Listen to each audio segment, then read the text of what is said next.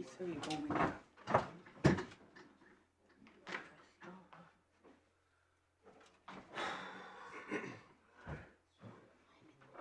Yeah. Are you going to bang? In your corner. Are we ready? Yeah, ready. All's ready.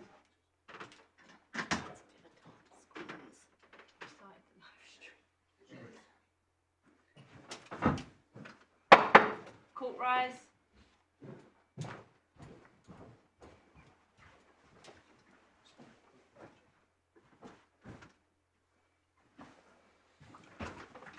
Appeal an application in the matter of Dr. Reddy's Laboratories Limited and others versus Warner-Lambert Company LLC. Yes. My Lords, I appear with Tim Austin for Warner-Lambert, which was at the relevant time a subsidiary of Pfizer. I shall probably keep my habit of referring to the Inquiry Defendant as Pfizer.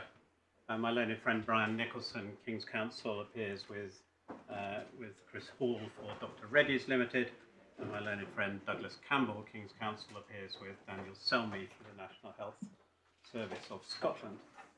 Yes. I propose, subject of course to your Lordship's views, to spend about 10 or 15 minutes making a few introductory remarks, then turn to ground 3, and then look at grounds 1 and 2. Yes, that's fine. I should just say at the outset that thank you very much for agreeing a timetable for the appeal. It did strike us that you had been perhaps a little generous, taking a third of the time, when to some extent obviously you've got to cover all points, and the burden is shared to some extent between the respondents. So I'm sure you'll be able to complete your submissions more or less within the time you've said, but don't feel under particular pressure. I'm very grateful for that indication, which chimes in with the views of those sitting behind me, my Lord. The core issue engaged, my Lords, as you will know, is whether the claimants in this inquiry should be compensated for lost sales where the pregabalin dispensed would have been used to treat conditions covered by valid claims under the patent, or, as we say, whether compensation should be limited to lost sales in the part of the market that was covered by the claims held by the Supreme Court to be invalid. And of course, this broad question falls to be determined against the background of the court's equitable jurisdiction to determine the amount for which the claimants should be compensated. I'm, of course, deliberately adopting the wording of the cross-undertaking. Now, Pfizer's application was to amend its points of defence to include an argument based on what we refer to as the inflammatory pain claims. And these were the claims of the patent that were upheld as valid by Mr. Justice Arnold, as he was in Milan and Warner-Lambert at the Authorities Bundle tab 2. And just for the record, but I won't go there unless your Lordships wish me to, paragraph 338 of that decision has the findings on inventive step. Paragraph 358 has the overall conclusion, and the claims were not challenged for lack of sufficiency. That's paragraph 343 of the decision. Now, that order by Mr. Justice Arnold that the inflammatory pain claims were valid was not appealed. And as a result, the position today is that the inflammatory pain claims remained valid up to the expiry of the patent in July 2017. And if any party wants to argue that they were not valid, then that party would need to bring proceedings to that effect, if they're still able to do so. The claims of the patent are at page 6 of Supplemental Bundle 1. If your Lordships wish to see them in the context of the patent, that's page 6 of the Supplementary Bundle.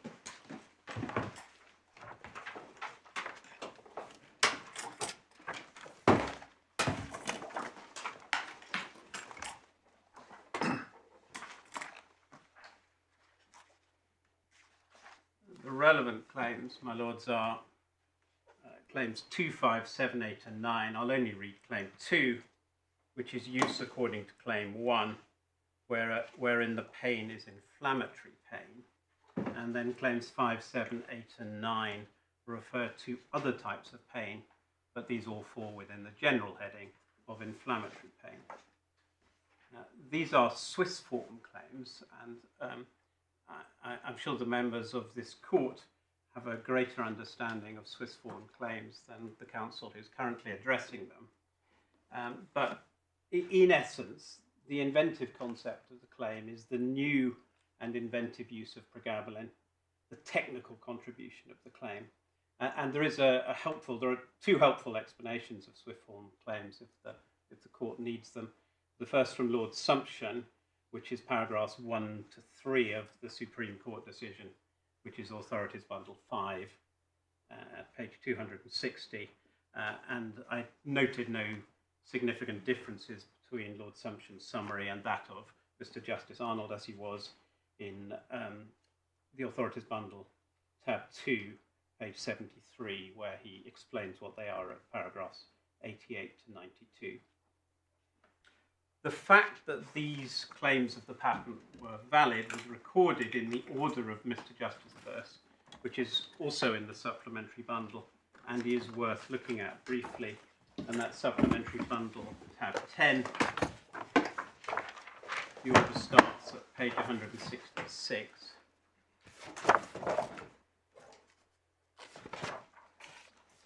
And on page 167, near the top of the page, and upon the Supreme Court ordering that the declarations made by Mr. Justice Arnold be varied so as to read, and then the second of these is that the claims 2, 5, 7, 8, and 9 of the European patent are valid. And this was the order made at the first hearing of the damages inquiry in what was then solely Dr. Reddy's proceedings, and this was in March 2020.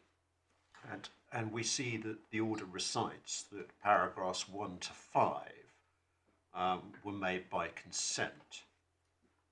That's right, my lord. It's not recited that paragraph 6, or indeed the remainder of it, was made by consent. I'm assuming that that's accurate, and that there was therefore a judicial decision to that effect. Is that correct? Certainly this was something that was considered before Mr. Justice Zacaroli in the decision that we're appealing. I don't think one can here today read it any other way, my lord. But consent applies to the first 5, and paragraph 6 is a logical follow-on from what had been agreed by consent, which, as you will have seen in paragraph 2b, is that... Well, history must tell us the answer, because there will have been a hearing in open court. There will have been a recording of that. I would assume, given the way this litigation has been handled throughout, that there will be in existence a transcript of that recording. And it would be a simple matter, I would have thought, to look at the transcript and find out the answer. Yes, so I think the answer, my lord, is that we did not oppose paragraph 6. Right. And there was then a subsequent dispute as to the breadth of that declaration.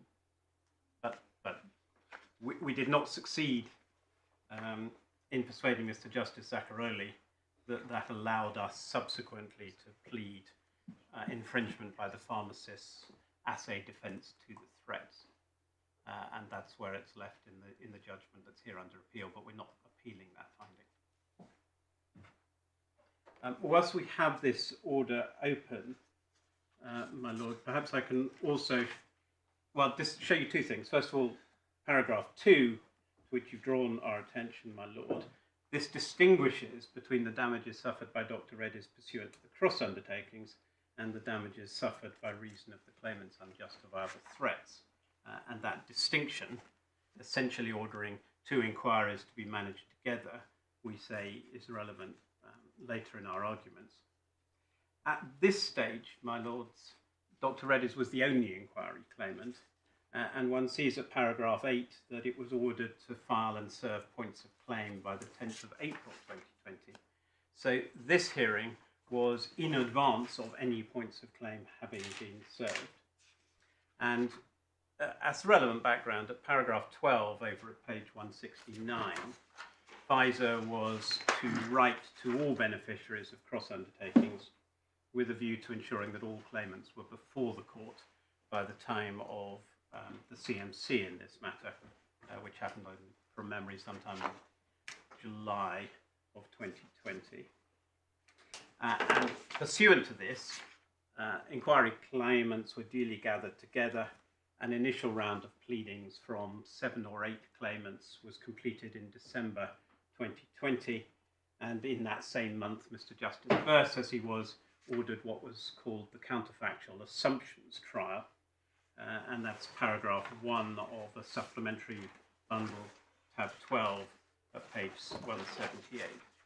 So the next step in these proceedings was a 4-day trial to determine a number of complex preliminary issues as to how the damages inquiry under the cross-undertakings would proceed.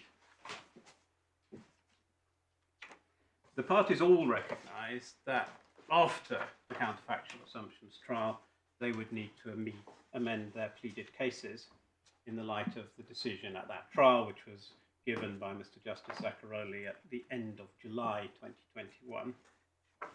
And so the parties then duly did seek to amend their pleadings. We have the Dr. Reddy's amended pleadings at the core bundle, tab 13, and the NHSS amended pleadings are at core bundle, tab 15. Slightly oddly, these remain in draft form. NHS Scotland has not yet finalised and served these pleadings. So the form that appears at core bundle tab 15 is, I think I'm right, still in draft. In response to these amended or draft amended points of claim, Pfizer produced draft amended points of defence. These are at core bundle tab 14 and 16. They were not agreed in certain respects by Dr. Reddy's and NHS Scotland, and they therefore were considered at a hearing before Mr. Justice Zacaroli in January 2022. And the upshot, which leads to today's appeal, was that Mr. Justice Zacaroli refused permission to Pfizer to amend its points of defence by the addition of 2 subparagraphs. And I think that's core bundle tab 8 is the order of Mr. Justice Zacaroli that is appealed at page 106. One sees at paragraph 1b that Pfizer was refused permission to amend its points of defence by the addition of paragraphs 53b, subparagraph A and subparagraph B. That's in the Dr. Reddy's claim. And over the page at D, Pfizer was refused permission for the addition of paragraph 53A. Pfizer was also refused permission to make the same amendment in the NHS, England, Wales, Northern Ireland inquiry. That has fallen by the wayside as the NHS England have settled with Pfizer. The relevant paragraphs are at core bundle tab 14, at least in the Dr. Reddy's inquiry, at page 187 and 188.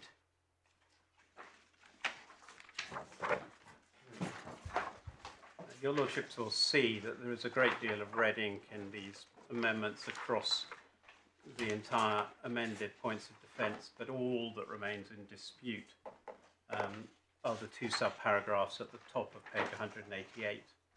But by way of background, 53A on page 187 starts with the proposition that at least 13.8% of the share of the UK market for pregabalin was used to treat one or more of the conditions in the inflammatory pain claims. 53B contends that to the extent pregabalin sold by Dr. Reddy's would have been used for or attributable to the treatment of any condition covered by the inflammatory pain claims, any profits said to have arisen from such supply sale and supply should be excluded from the final calculation of loss of profit. And in the particulars over the page, a number of reasons are given for that argument for exclusion of those profits. The two at issue are A and B. Subparagraph A alleges that dispensing of pregabalin products for the treatment of any conditions covered by the inflammatory pain claims would have infringed the inflammatory pain claims. And that is a claim that pharmacists would have infringed the inflammatory pain claims by dispensing pregabalin for inflammatory pain in the counterfactual pleaded by Dr. Reddy's. And so 2 points I'm emphasizing there. First of all, this is an allegation about infringement from dispensing, and that's infringement by pharmacists. And second, it's an allegation of infringement in the counterfactual. And I'll come on very shortly to explain why that is more than what sounds at first blush perhaps to be a semantic point.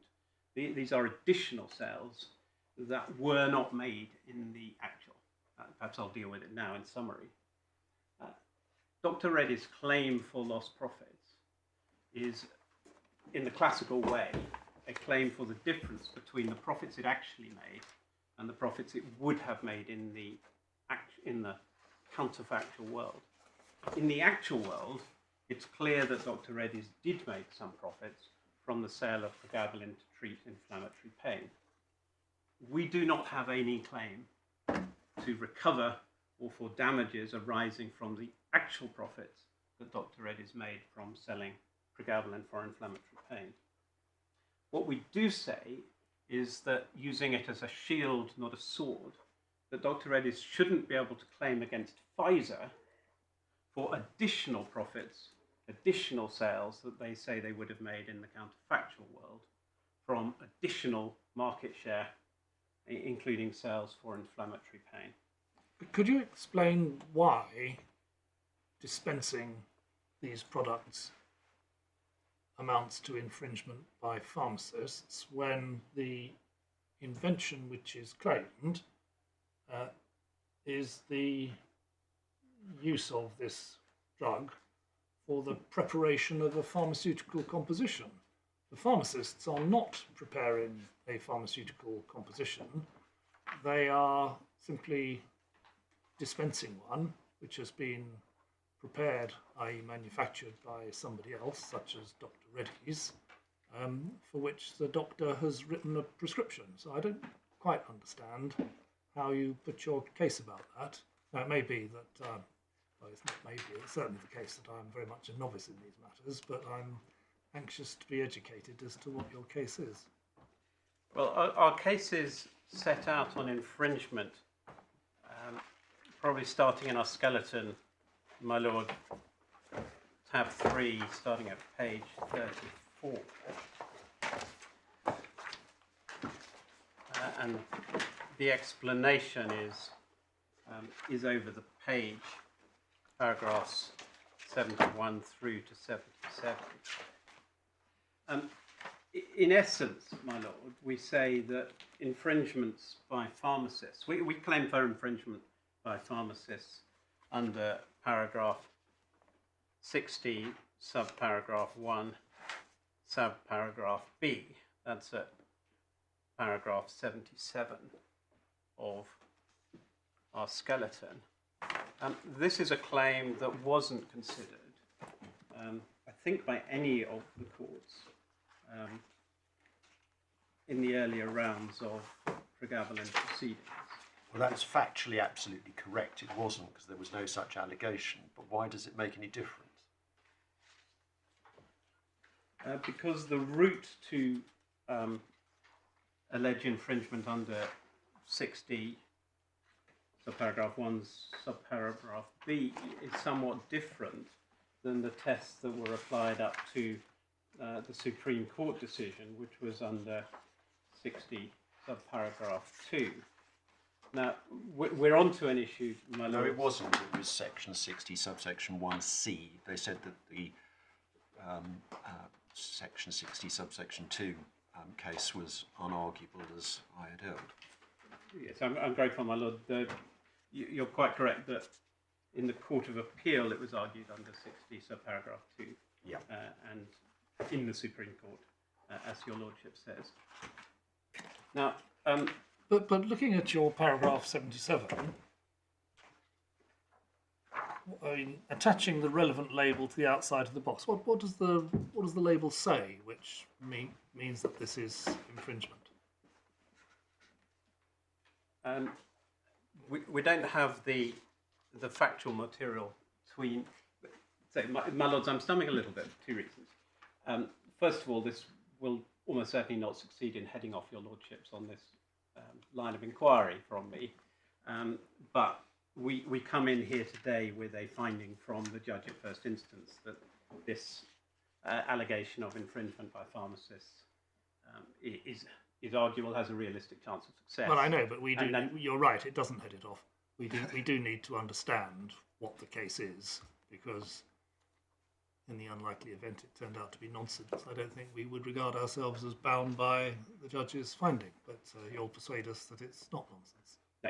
I understand that. I perhaps put that up front, my lord, simply on the basis that I am less well prepared to answer your lordships on this point. And it is a point of patent law on which my learned junior is perhaps better placed to be able to help the court with our arguments. Well, we'll come back to it if you like, but I think it would certainly help me to know exactly what it is that you say the pharmacist did, which amounts to infringement, because I can't find it in your pleadings, this particular case, and I wonder how it lies with the fact that in most cases, as I think my lord has found at an earlier stage, the pharmacist doesn't know the indication for which the doctor has prescribed the drug. So does the label say any more than take 2 of these once a day or whatever it is? That's what I'm struggling with at the moment, and then wanting to know how that comes within the terms of the claim. Because if it doesn't come within the terms of the claim, it doesn't get off the ground, does it? That must be right, my lord. So I'm somewhat nervous about trying to proceed and leaving your lordship worrying about this point as being something that would remove our appeal on this ground. Take your own course. But I will, if I may, my lord, ask you to keep an open mind on that point until hearing from my junior, and I'll give him time to. Very good. Cogitate on that. I'm grateful, my lord.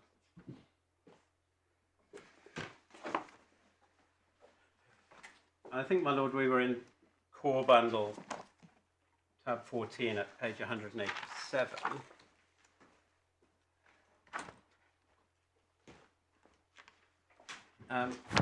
Having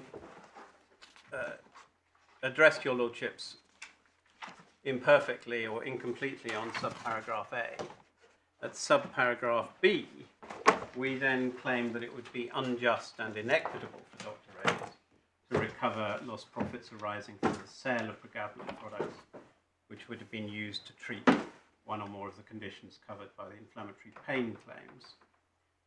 This subparagraph does have an equivalent proposed amendment to paragraph 53A of the defence to the NHS Scotland claim. Subparagraph A does not. And the difference is because subparagraph A doesn't appear there, the words further or alternatively are omitted in the NHS Scotland defence.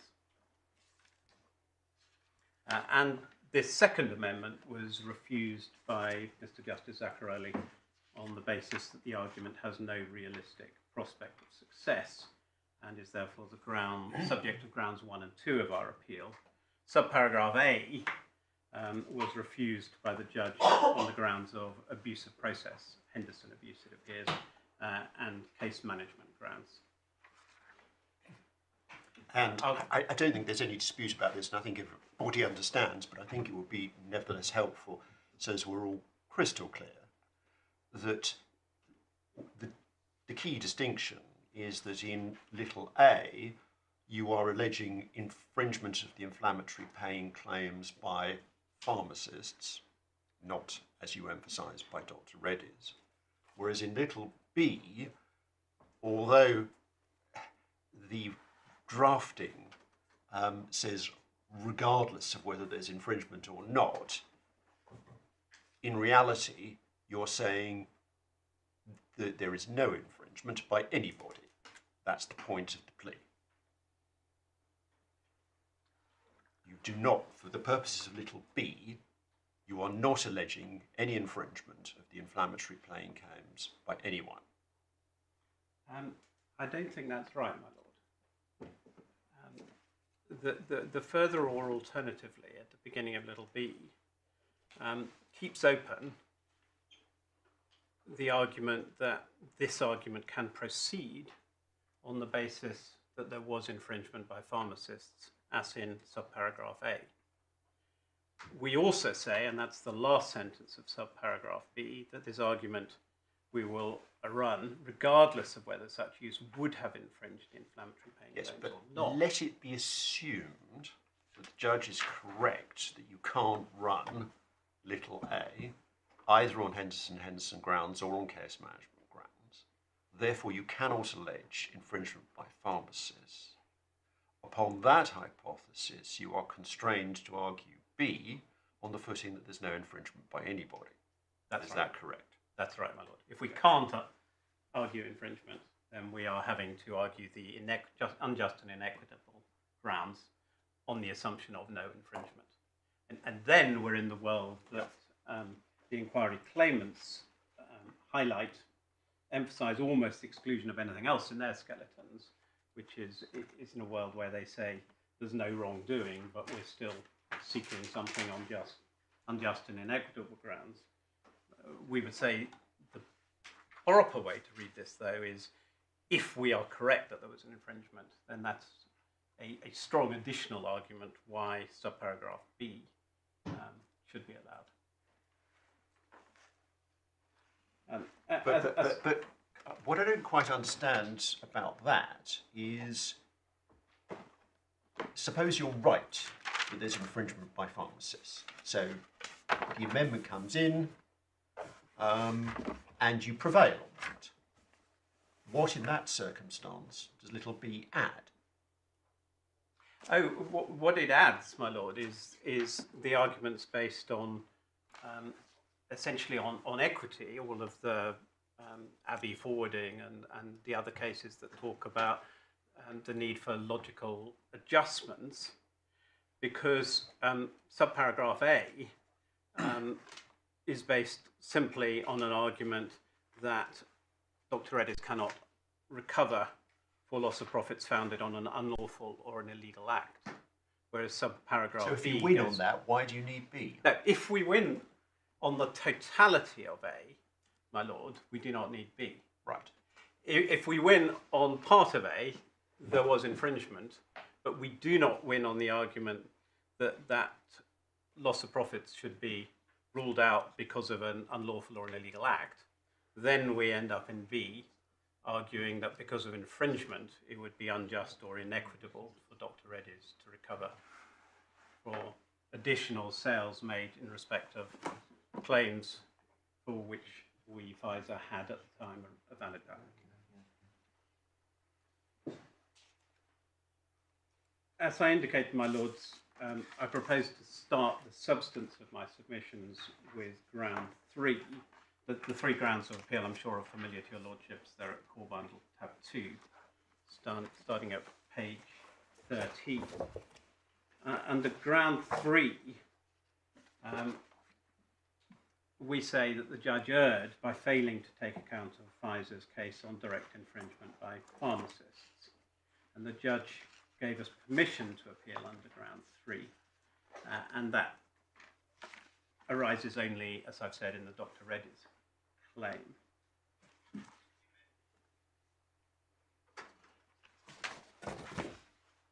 Just deleting some notes that essentially I've already covered, my lords. It's probably still helpful to keep open the amendments at this stage. So that was Core Bundle tab 14, page 188.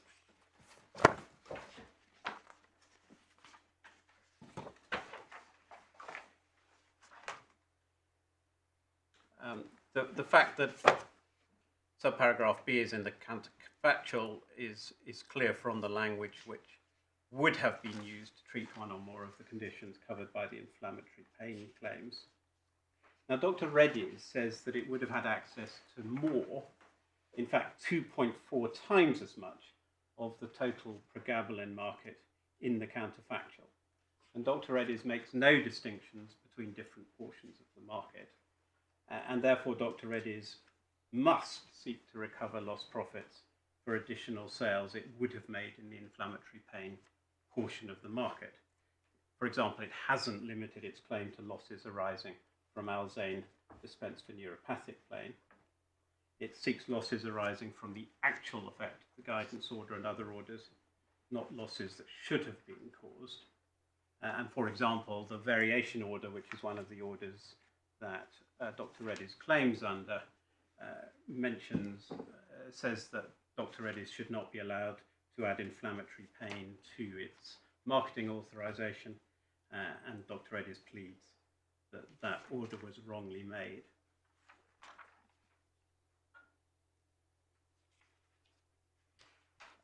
At our skeleton, paragraph 65, we say, page 34 of the bundle, the point I obviously like, because I keep making it, apologies, my lords, that this amendment has a realistic prospect of success, and Dr. Reddy's respondent's notice doesn't seek to argue with that finding. Therefore, ground 3 raises 3 broad issues. First, and we can see that in the extract quoted at paragraph 66 of our skeleton, the judge refused the amendment at paragraph 69 of his judgment for 2 reasons set out here. The first of those is Pfizer could and should have brought a claim that Dr. Reddy's infringed the patent in respect of the inflammatory pain claims during the liability phase of the proceedings, and that it is an abusive process to do so at this stage of the inquiry claim against Dr. Reddy's. And it will readily be apparent that this is to misunderstand the nature of the pleading. We were not seeking to allege infringement by Dr. Reddy's, but by pharmacists, when that distinction was pointed out to the judge during our permission application. He granted us permission to appeal. Second, and it's also within the paragraph quoted at paragraph 66 of our skeleton, the judge refused the amendment for an alternative reason. Similarly, he said on case management grounds, Pfizer ought not to be permitted to amend at this stage. The point made by Norris J. in Les Laboratories Servier and Apotex is apposite here, where the new claim would add considerably to inquiry claims that are already envisaged to require a 25-day trial and more than 3.5 years to resolve. And I'll come back to that in a minute.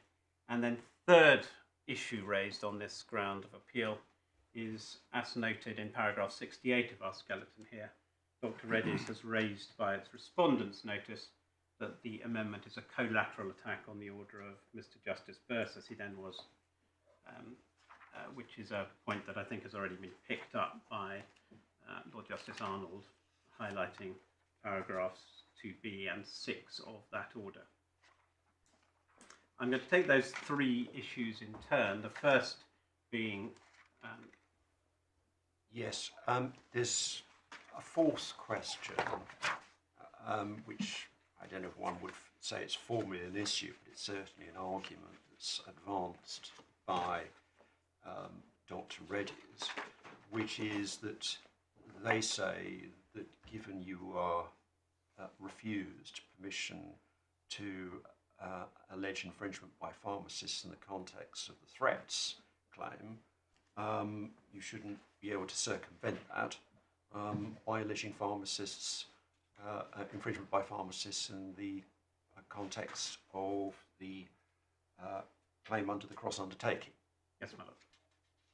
I'm going to address you on that as part of what I call the third issue, which is the respondent's notice point, because within their skeleton, they essentially use that argument in the context of what they say is a collateral attack on the order of Mr. Well, I Justice understand. I think you may be right to some extent. They do say that, but I think they also run the argument independently because as it arises out of the decision of Mr. Justice Zacaroli, not the Bursa order itself, or at least I think that they may be trying to run it both ways. We'll find out in due course. But certainly they are saying you shouldn't be allowed to do this because of what Mr. Justice Zacaroli prevented you from doing and against which you have not appealed. I'm grateful, my lord. I hope I will be addressing the substance of that point in what I say on this third issue. All right. But as I'm sure you will, my lord, bear it in mind and pick me up if I fail to deal adequately with that point. On Henderson abuse, we set out the principles. I don't think any issue is taken with them, starting at page 36, paragraph 78 to 82 of Core Bundle tab 3 in our skeleton. As I say, I don't think there's much dispute on the principles here. For example, at paragraph 80, we set out an extract from paragraph 37, little 1 of Gazprom. That's at tab 11 if we need to go there, but the substance of what we rely on is set out in paragraph 80 of our skeleton, that there will be an abusive process only if A, it would be manifestly unfair to a party to the later proceedings that the same issues should be relitigated, or B, to permit such relitigation would bring the administration of justice into disrepute. And then after the case citations, these two limbs of abusive process reflect the private interest of a party not to be vexed twice with the same allegation, and the public interest of the state in not having issues repeatedly litigated. And then before I make the submissions that arise out of that, we also note at paragraph 81 of our skeleton, perhaps I'll let your lordships just remind yourselves of paragraph 81, and then I'll make a couple of points arising out of these.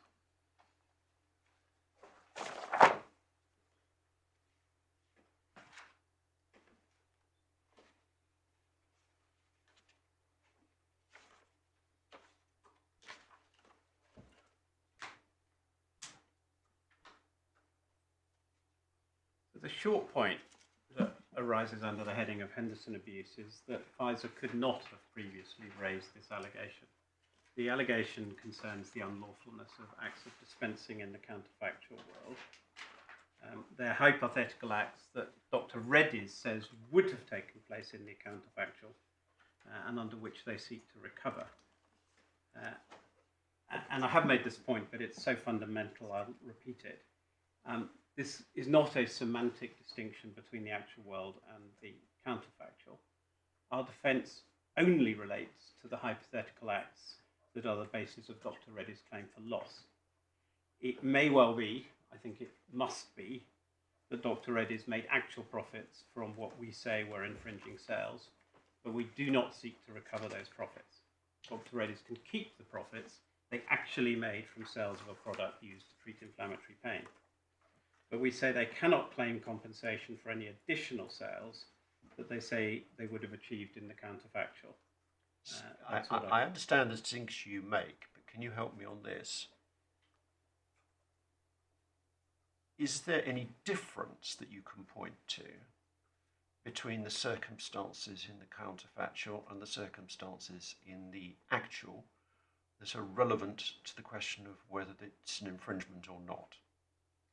Because at the moment, it seems to me the circumstances are identical. I think your question is entirely clear, my lord, but if I can clarify, if your lordship is essentially asking, is it implicit in Pfizer's case that there would have been infringement by pharmacists in the actual world? That is indeed inherent in my question, yes. Then the answer to that is yes, it is. Yeah. It is implicit, but it was a claim that was not made, did not need to be made, pharmacists were not a party to previous proceedings. And there are, as the authorities make plain, all sorts of reasons why parties may or may not seek to run arguments or bring in additional parties at various stages of proceedings. But in order to fall under Henderson abuse, Dr. Reddy's would have to show that this is an argument that we could and should have brought at an earlier stage. And that would mean that in liability proceedings that were stayed whilst the activist proceedings went forward, Pfizer should have brought claims. Well, before we get on to should, we're still at the stage of could. And your submission is you couldn't because the allegation concerns the counterfactual, and I understand that. But to be clear, as I understand it, you have accepted that you could have made the parallel allegation in relation to the actual. That must be right logically, my lord. Yeah. And that then takes you, if you're wrong on could, to the question of should. Yes, my lord. Yeah. The distinction I'm emphasising, with great respect to Mr. Justice Zacaroli, I think wasn't clear to him.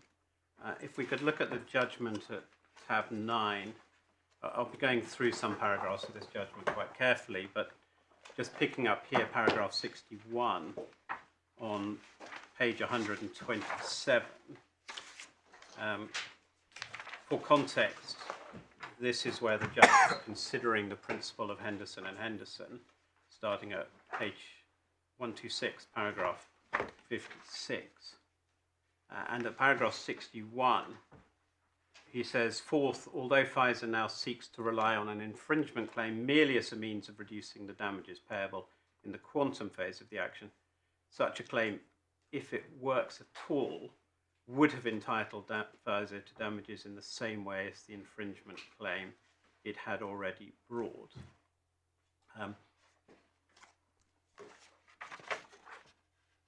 It seems from that, my lords, that Mr. Justice Zacaroli is not distinguishing between the shield and the sword, as it were. This is an argument that we are not seeking to run as a sword. We're not seeking damages from Dr. Reddy's for sales that we say in the actual, as your lordship points out, implicitly were infringing sales. We're simply saying that they should not be able to claim from Pfizer, the inventor of this use, the party that explained this use for inflammatory pain to the world, and that it would be unjust and inequitable for Dr. Reddy's to claim from Pfizer profits that it would have made from selling pregabalin to treat inflammatory pain. Now, I've sought to persuade you, and I think it's plain on the face of the pleadings, that Dr. Reddy's claim does bring in sales it would have made to treat inflammatory pain. The first notice which Pfizer had of Dr. Reddy's reliance on these acts was in April 2020 when it served its points of claim. And therefore we say it was not possible for Pfizer to allege infringement of these acts in the counterfactual at any earlier stage than in its points of defence, which were served in June 2020. And certainly not during the underlying pregabalin proceedings, which were, of course, stayed for a considerable period. And the rhetorical question I ask with an obvious answer that I'll probably also bring in is why should Pfizer have issued proceedings against pharmacists solely to allow it to avail itself of a defence against Dr. Reddy's in the event that there was subsequent litigation under the cross-undertakings, and in the event that Dr. Reddy's pleaded a loss arising out of sales of pregabalin for claims that had been upheld to be valid. And so we say there is no way under this logic that Dr. Reddy's itself is twice vexed. That's the point we make at paragraph 90 of our skeleton. It wasn't vexed in the first place. Dr. Reddy's says in its skeleton at paragraph 30. But it was an answer to the claim for unjustified threat. It was a potential answer to the claim for unjustified If you're threats, right, my lord. it was a complete answer. Yes. So why is that not a very good reason for you to have raised the allegation? Well, it would of course have been possible to raise that for dealing with the threats claim. But the threats were established, I think, my lord, I think the only threats that are pleaded here were those found by you in the activist proceedings. I think I'll be corrected if I'm wrong, at a time when the Dr. Reddy's case was stayed. And the point that you're putting to me now, I think, my lord, is that when the damages inquiry was commenced in March of 2020, then at that stage it would have been possible for Pfizer to plead infringement as an answer to the claim of threats. And as we've seen, there was an order made by Mr. Justice Burse at that first hearing that was not opposed by Pfizer, and we didn't seek to argue infringement by pharmacists in the context of unjustified threats. But when we get onto the substance of that point, my lord, we will say that there's a world of difference between choosing, for whatever reasons parties to litigation may have, not to argue with the 6 threats that are pleaded and relied upon by Dr. Reddy's, and saying that that decision somehow binds Pfizer and stops them being able to argue for an adjustment to the much larger claim that arises out of the cross-undertakings. But the question at the moment, I think, arises, it seems to me, arises at 2 stages. Stage 1 is 16th of March 2020, where you submit by consent to an inquiry as to damages for inter alia threats on the footing that there have been unjustified threats, when, if you are right about your allegation of infringement by pharmacists, you would have had an answer to that. So that's question 1. Question 2 is, having failed to take the point then, you sought to bring it in by amendment. Later, Mr. Justice Zacaroli refused you permission to do that, and you haven't appealed against that. So that's question 2. That's right, my lord. We did seek later to allege infringement by pharmacists, not only in the context of the claim under the cross-undertakings, but in as a defence to the threats. And Mr. Justice Zacaroli said that we could not do that at that stage, and we do not appeal that decision. But on examination, we will say that what Mr. Justice Zacaroli was addressing was only the amendment for, as a defence to the threats, that they were in fact justifiable, and that he wasn't addressing, in that part of his judgment, the amendment for under the unjust and inequitable grounds. Now, of course, my learned friends will say, well, he didn't address it in that context, but he could have done. And I will address you, my lord, on why that would be unfair to Pfizer, essentially to treat them as unable to bring this argument in the context of the claim under the cross-undertakings, because it arises at a different time and a different way to the claim for threats.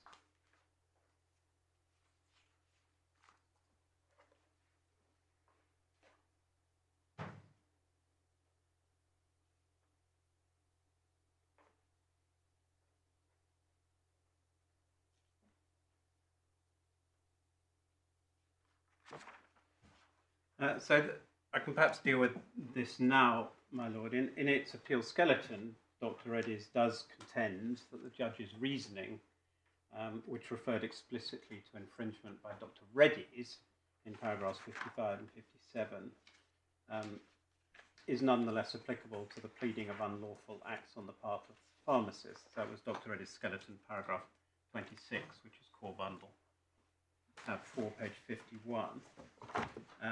And we say that is wrong because what the judge concluded in the judgment at tab 9, page 129,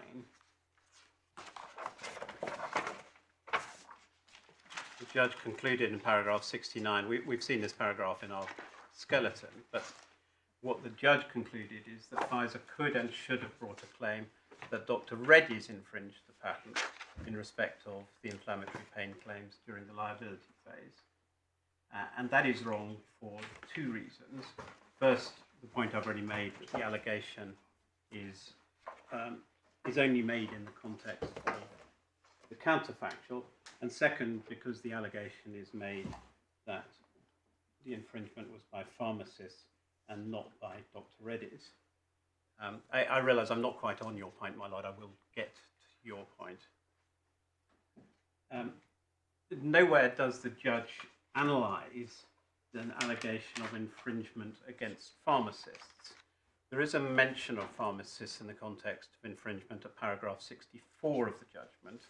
That's at the bottom of page 127.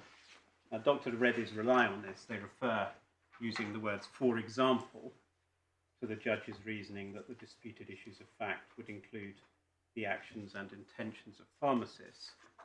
But we submit that the second sentence of paragraph 64 is the judge considering an allegation of infringement by Dr. Reddy's under a test where the actions and intentions of pharmacists might be relevant to infringement by Dr. Reddy's, rather than whether they're relevant to infringement by the pharmacists themselves. And that's clear from the reference at the end of the second sentence to establishing liability of a manufacturer for infringement. And so we say that Dr. Reddy's is inviting this court to make the same elision which led Mr. Justice Zacaroli to error, in that he answered this point of abuse by saying that this should have been brought as an allegation of infringement by Dr. Reddy's earlier in proceedings. And we say that just doesn't arise in the same way where the allegation is an allegation of infringement by pharmacists, accepting your point, my Lord Justice Arnold, that I'll have to deal with the respondent's notice point on this. Even if we're wrong on Henderson abuse, and I'm going to take this fairly swiftly because I'm going to suggest that we are clearly right on Henderson abuse, different parties, not an argument that says that Dr. Reddy's would be twice vexed. We do set out some alternative arguments why there is no estoppel as a bar to the pleading amendment. We say that any such estoppel would have to be between Pfizer and the pharmacists, and Dr. Reddy's wouldn't be privy to any such estoppel. In our submission, Henderson abuse is a personal right, like an issue estoppel or a cause of action estoppel. And so, for example, at paragraph 78 of our skeleton, that's core bundle, tab 3, page 36, we refer to Virgin, that's Virgin Atlantic and Zodiac seats, for the proposition that Henderson estoppel is a rule of substantive law, and that follows. Apologies, my lords, we don't have this authority in the agreed authorities bundle, which was already getting rather hefty, but Lord Sumption in that case said that res judicata is a portmanteau term, and he went through various things that fall within it, and the fifth of those was the principle first formulated by the Vice-Chancellor in Henderson and Henderson. But I'm a bit puzzled by what you said, because the extract from Lord Sumption's speech that you set out, or judgment you set out in paragraph 78, which I would have thought is the relevant part of what he said for this purpose, is that, as he says, res judicata and abuse of process are juridically very different. So he's there distinguishing between abuse of process and issue estoppel stroke cause of action estoppel. So, of course, you're right that res judicata is personal. But why is that true of abuse of process? It's the court controlling its own process. Because, my lord, and I wholly understand why your lordship picks this point up from the paragraph quoted here, but because in paragraph 17 of Virgin, unhelpfully not quoted here, Lord Sumption said that Henderson abuse falls within res judicata. It's one of the specific examples he gives of res judicata. So within this context, he's treating Henderson abuse as falling within res judicata rather than abuse of process, my lord. But he went on to say that they're different. Yes. Yes, they're different, but within that context. So I can't imagine that Lord Sumption would have intended within 7 paragraphs of his judgment to say on the one hand they were the same and on the other hand they were different.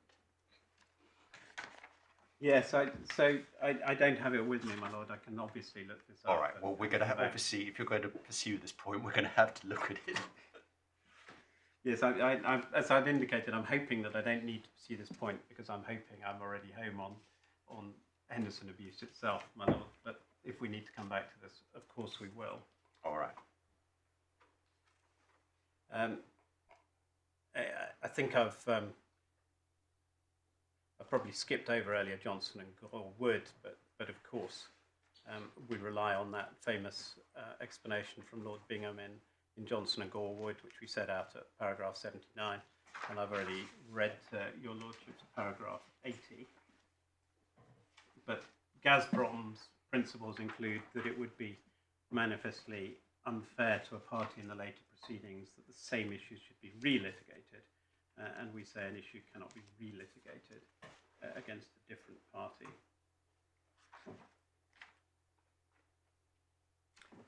And so to summarise on this, we say that Dr. Reddy's, this is paragraph 86 of our skeleton, page 38, Dr. Reddy's is effectively arguing that Pfizer should have initiated proceedings against all pharmacists during the liability phase in case it needed to avail itself of this defence in any subsequent proceedings under the cross-undertaking.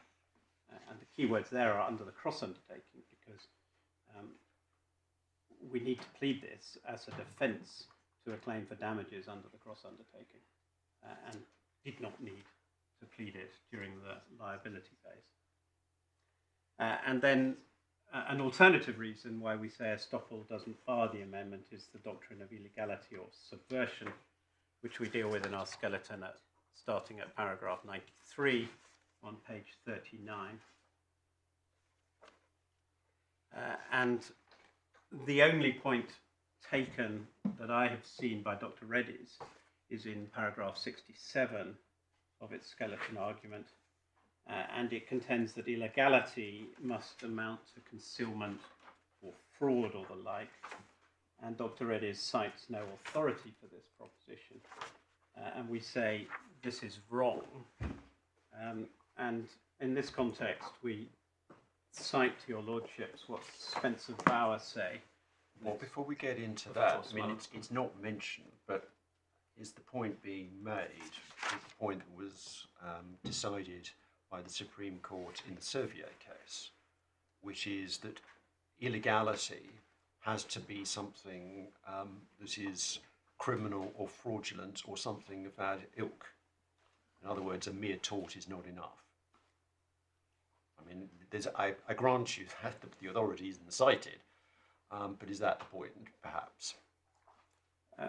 Well, there certainly are points that arise out of Servier and Appellant, my lord. We did address Mr. Justice Zacaroli on these arguments at first instance, and what we argued there was that Servier and Appellant, well, let me step back. Servier and Appellant, my lord, is clearly on point to this effect. 2 reasons. First of all, of course, as you know, it's a decision of the Supreme Court. Second, it does arise in a context that has considerable similarity with what's facing us here. The patent had been held invalid. There was an inquiry under a cross-undertaking. the wrinkle, and it's a little bit more than a wrinkle in Servier, was that the Federal Court of Canada there held that the manufacturer of the drug, which was perindopril, infringed a valid Canadian patent. And when it got to the Supreme Court, Lord Sumption cited the famous statement of principle in Holman and Johnson that the court won't aid someone in the context of a transgression of a positive law of this country. Lord Sumption in Servier, and this is paragraph 30, said that the only relevant interest affected is that of the patentee, and it's sufficiently vindicated by the availability of damages for the infringements in Canada, which will be deducted from any recovery under Servier's undertaking in England. So a core part of his reasoning in Servier appears to have been that there was another route whereby Servier would be able to claim damages. Indeed, and you're right to make that point, because that was a concession that was made in the Cause of Appeal in that litigation. It hadn't been made before me at first instance, and put a rather different complexion on matters. But nevertheless, am I not right in recollecting that the reasoning in the Supreme Court was not merely that there was another route, but also there was no relevant illegality? Because patent infringement was a pure civil tort, and to be illegal for these purposes, it had to be a crime or a fraud or something of that ilk. So I'll go back and check that, my lord.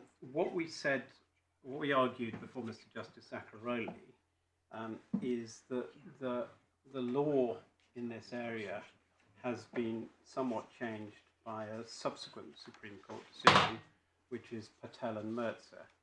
And Mr. Justice Zacaroli does refer to Patel and Mercer in his decision. And that was a lead. To be sure, because Patel and Mercer settled the debate amongst the Supreme Court, which was still very much alive at the time of Servier, as to what the proper approach was. But it didn't affect, did it, the nature of the illegality that you can rely upon. It affected the approach as to what you should do once there wasn't an illegality.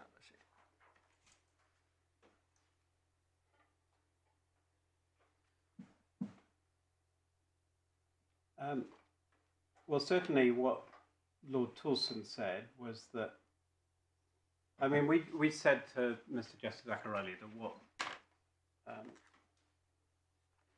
what Patel and Mercer said was that you needed to conduct some sort of multifactorial assessment, and that you needed to consider the underlying purpose of the prohibition. You need to consider relevant public policies. You need to keep in mind the possibility of overkill. And he said that various factors may be relevant. I think I've been handed what was probably a...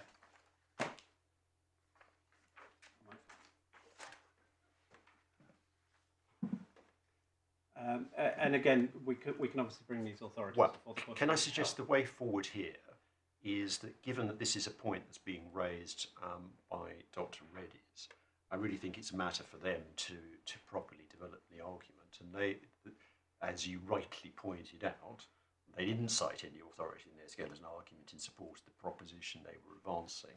And I think in the first instance, it's probably convenient for them to take us to Servier, if indeed that is what they're relying upon, and then you can reply. I think that would be very helpful, my lord. Thank you.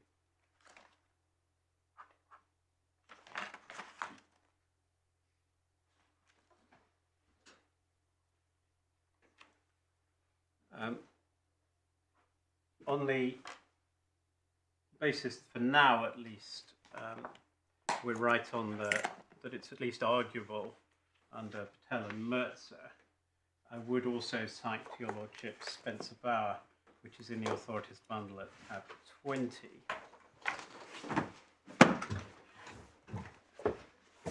red highlighting is on paragraph 7.1. And what this paragraph is distinguishing between is what it calls the defence of subversion and what it calls the defence of illegality. And perhaps I could invite your lordship simply to read this paragraph.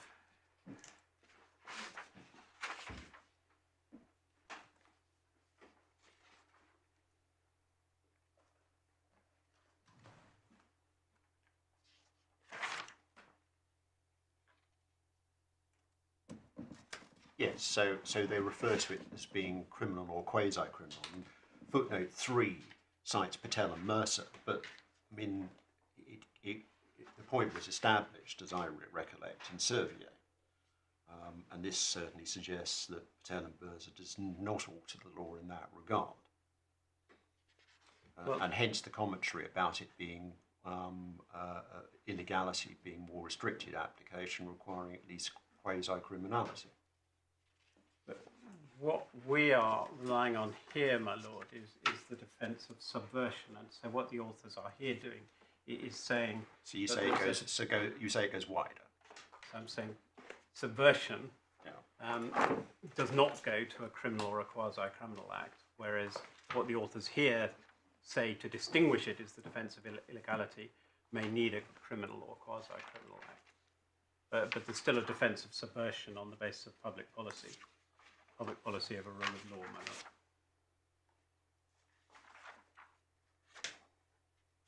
lord. But what's the logic? Well, I mean, I see that you're supported by the editors of Spencer Bauer in suggesting that it goes wider. But what's the logic? I mean, if the illegality defence is confined to criminality or quasi-criminality, why should this doctrine of subversion go wider?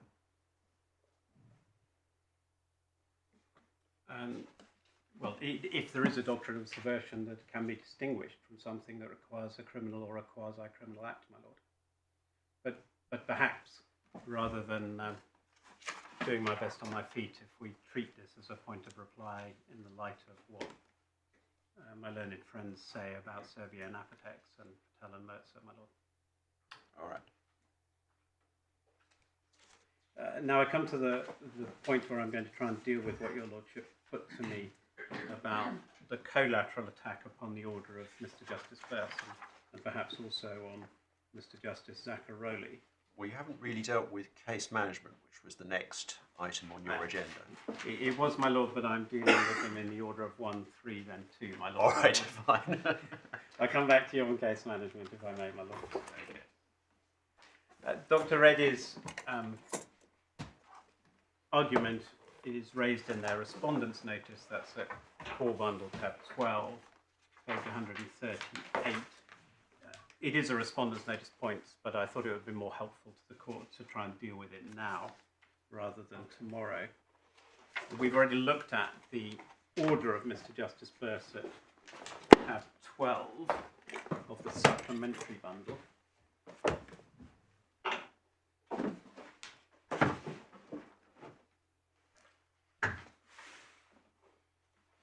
And what the judge held at paragraph 16, I think, of his judgment, so that's core bundle tab 9,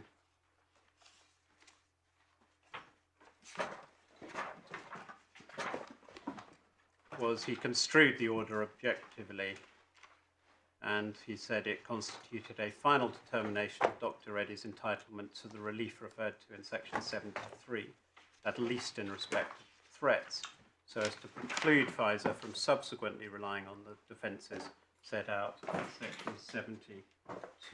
72A.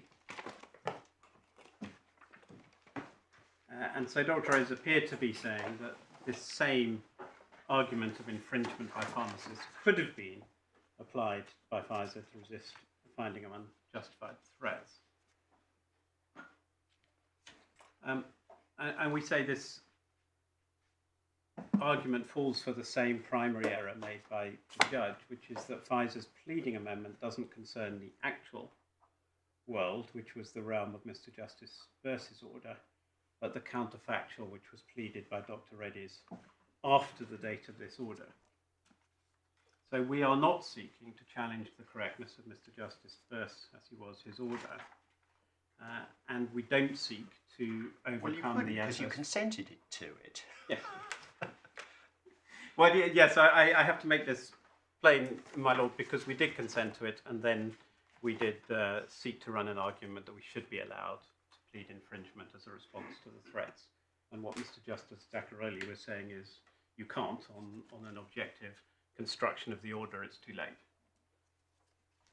But So what does this amount to? That in the actual world, the threats we made were unlawful, but in the counterfactual world, we could have made precisely the same threats, and they would have been lawful.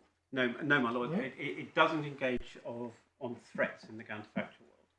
It's what we have is a finding that in the actual world there were threats made, and they were unjustifiable. And we could have argued that they were justifiable because of infringement, but we didn't argue that.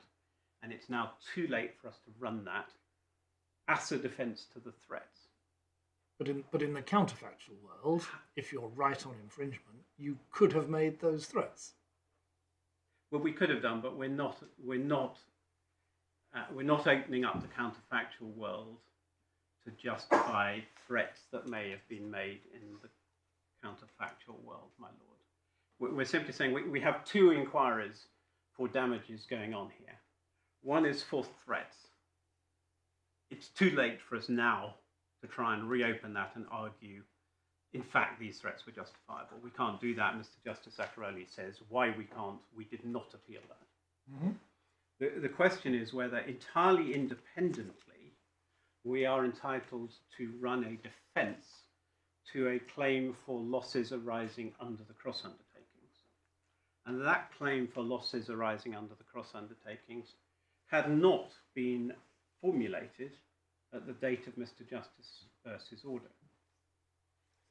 And there's a simple point that in the real world, perhaps an unfortunate phrase in this context, concessions are made by parties to litigation in one context that they do not intend and should not bind them in a different or a broader context. One could concede a claim for £25 over here without conceding an argument that could be used to defeat a claim for £100 million over there. And the magnitude of losses claimed under the threats must be many times smaller on the logic of Dr. Reddy's claim than the magnitude of the losses that they're now seeking after the date of this order in respect of the cross-undertakings. What are the damages they claim for in the threats part of the inquiry? They failed to make that plain, my lord, but I was going to address your lordship on it, and I'll do it now if that's convenient. We can see what they plead at Core Bundle tab 13, my lord. The simple answer, my lord, by the way, so you know where I'm going, is they throw everything into one bucket and say we're not going to split it up. But I'll show you how they do that, having given you the headline answer. Their pleading of loss starts at page 146 of the bundle.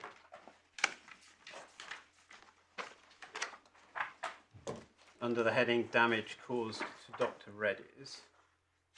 We don't need to deal with... Is the wrongdoing of a capital W defined as being both the threats and the obtaining of the orders? Yes, it is, my lord. So without distinction between them? Yes, they deliberately lump it all in together in paragraph 43, my lord, on page 145. We would say that they nowhere explain how obtaining orders in the light of what was then known about the patent could possibly be wrongdoing, but that's their defined term. So if they wish to use a pejorative term for obtaining orders from the court, then they call it wrongdoing. And having defined wrongdoing as covering everything in that paragraph, my lord, they say in paragraph 50 that but for Warner-Lambert's wrongdoing, Dr. Reddy's would have had access to over 99% of the pregabalin market. And they then plead somewhat separately the effects of the orders and the threats. So, or at least it's implicit that there are separate impacts, my lord. So they say that there was a significant increase in the amount of pregabalin that was prescribed as Lyrica, that's 51 subparagraph A. They say the prescription of Lyrica reduced to around 70% in September 2015. This is all based on one of the earlier decisions, of course, but for Justice Arnold, Justice Arnold as he was. They say that reduced the size of the generic market to which Dr. Reddy's and other generic suppliers had access. And in subparagraph F, they say, therefore, they only have access to 70% of the prescription market rather than 99%. And then in paragraph 52, they say there's a separate effect on pharmacists, and they infer the same effect on pharmacists. So in 52C, the market is now only 70% of that which it would have been. And then in 52D, they say the threats were more targeted at pharmacists than doctors, and so there's a greater effect of the threats. And that's the only place where you can distinguish the impact of the threats, because they say that reduces the amount of the market from pharmacists down to 60% of what it would have been. That's 52E. Somewhat extraordinarily, in paragraph 53, Dr. Reddy's then claimed that these effects are cumulative and statistically independent. They don't use that term, but they do multiply them together. So they must, in theory, be statistically independent, so that you get down to the fact that they're kept out of 58% of the market. They're now only competing in 42% of the market. And then in 55, this is the big bucket point, they say it may theoretically be possible to divide the overall effect on the market into the effect due to each individual aspect of Warner-Lambert's wrongdoing. But they say you can't do it. It's neither practically possible nor materially significant. This is despite the fact that the orders are given at different dates and the cross-undertakings are at different dates. One would think the guidance order has by far the biggest impact on prescribing, but that's their pleaded case, and in paragraph 60 they repeat that point, that you cannot attribute their losses causally to individual aspects of the wrongdoing. For completeness, I should say we plead that this is completely unsatisfactory, and that they will need to particularise their losses, certainly distinguishing between orders and threats, but also between different orders. But it appears from that the impact of the threats would be very much lower than the impact of the orders. And if one stands back, one would have to one would have to say that it will be obvious to the judge at trial that the impact of a guidance order on prescribing habits, saying you should prescribe pregabalin for pain, neuropathic pain, and in other parts of the guidance dispensing for pain, that the impact of that guidance order must be greater than the impact of 6 particularized threats that are the only threats that Dr. Reddy's rely on, many of which are not made to pharmacists at all.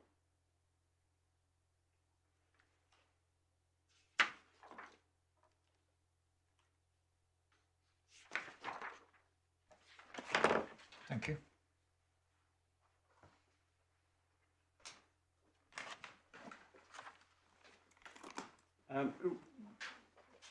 We say that running this defence to a claim under the cross-undertakings cannot possibly reach the threshold of a collateral attack on the administration of justice. We set out the legal principles for a collateral attack at paragraphs 99 and 100 of our skeleton. That's 4 bundle tab 3, page 40.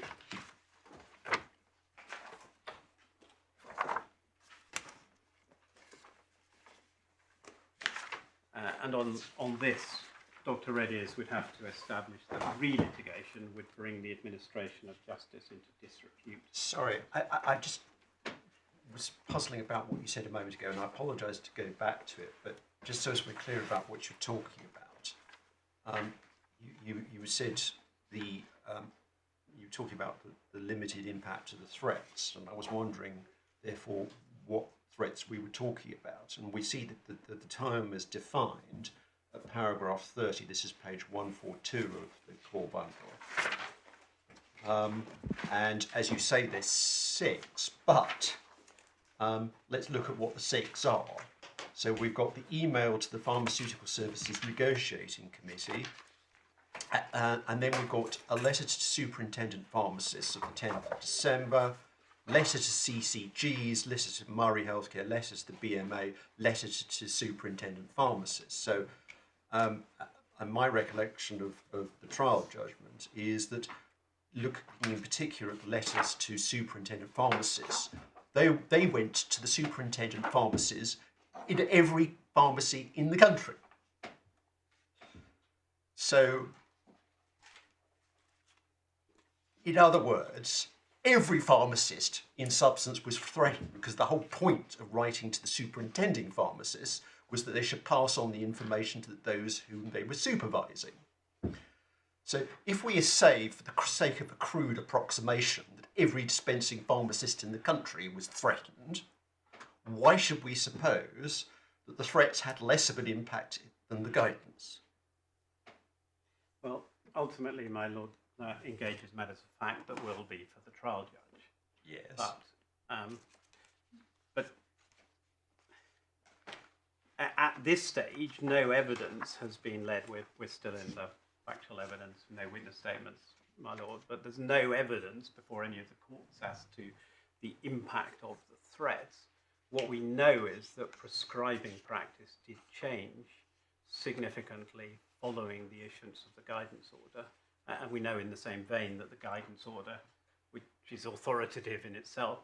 But the point of the threats was to incentivise, shall we say, the pharmacist to dispense Lyrica. So the operation was operating at 2 levels. Firstly, and with the assistance of the court, prescribing professionals, mainly doctors, were being encouraged to prescribe by reference to the brand name. But secondly, and in addition, those dispensing in the pharmacies were encouraged to dispense the branded goods. Now, it turned out that the first aspect was not as successful as was hoped. And of course, I take your point. So far as the second aspect is concerned, it'll be a matter for evidence as to the extent of the impact. But we can't make any suppositions at this stage, can we? No, perhaps I reached too far, my lord, in simultaneously trying to persuade you of a point and then saying there's not enough evidence. What we do say is that it's wholly unsatisfactory for the, and this isn't before the court, but we do say it's unsatisfactory for the inquiry claimant to have pleaded its case in this way and say we're not going to distinguish in any way between losses arising from the threats and losses arising under the cross-undertakings.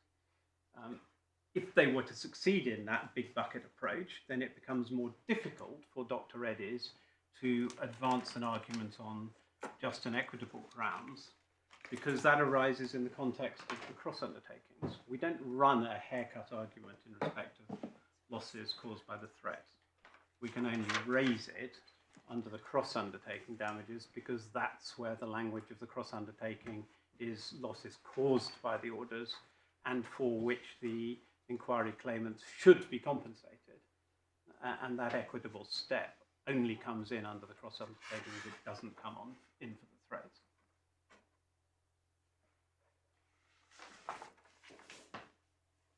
Thank you.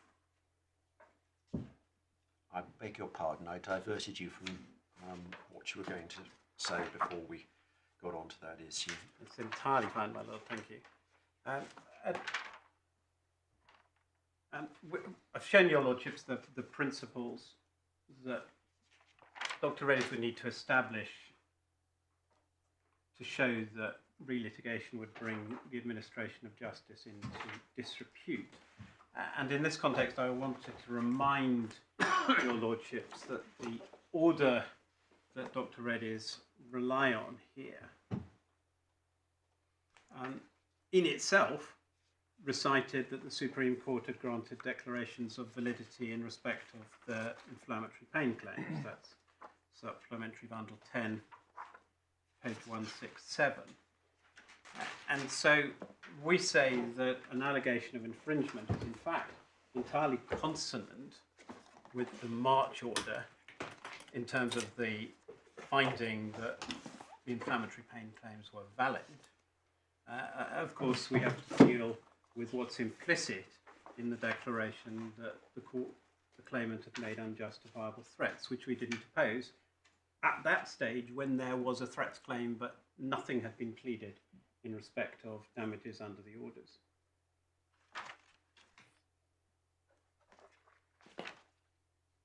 My lords, can I turn now to the case management? Before you do that, I'm just wondering how realistic it is to seek to distinguish between the impact of the threats and the impact of the orders you got.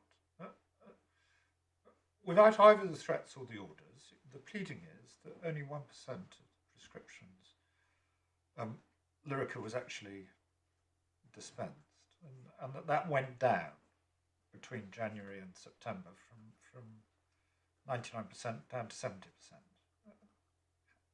We know that there are two things of which complaint is made. One is that you got orders from the court which led to the guidance and so on, and the other is that the pharmacists were told that they were at risk of infringing the patents.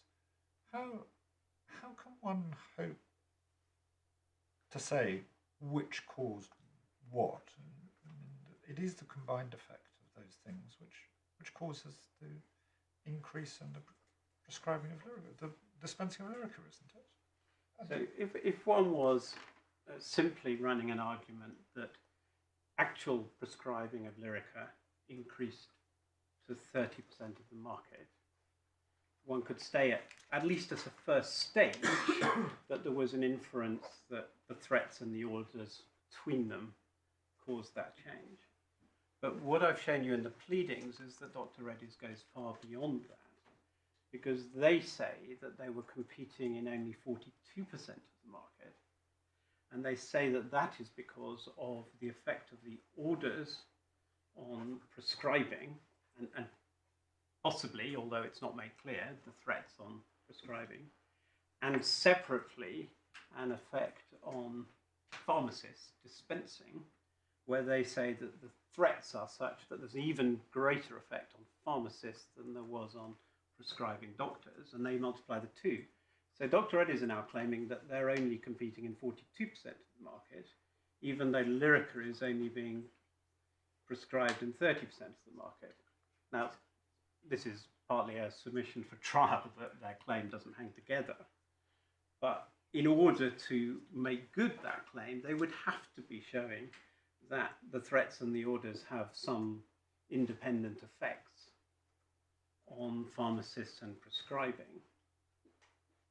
I'm just wondering how realistic it is to say that what I think, if I understood it, you accept that you're precluded from running as a defence to the claim for damages on the threats claim, that in fact the pharmacists would have infringed.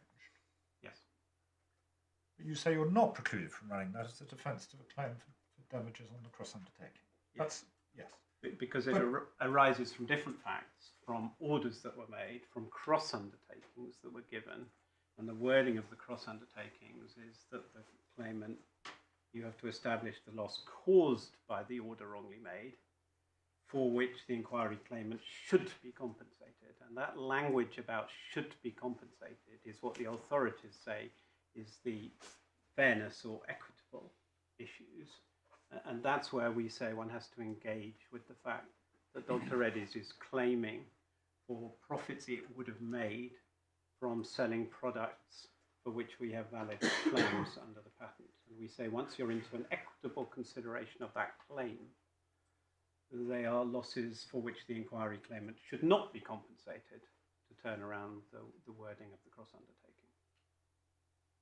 And it might be, I mean, the difficulty is it's pleaded as this big bucket approach, and we will discover at trial how possible it actually is for the expert accountants or whoever has the fun of this to disentangle the different aspects under which losses are claimed.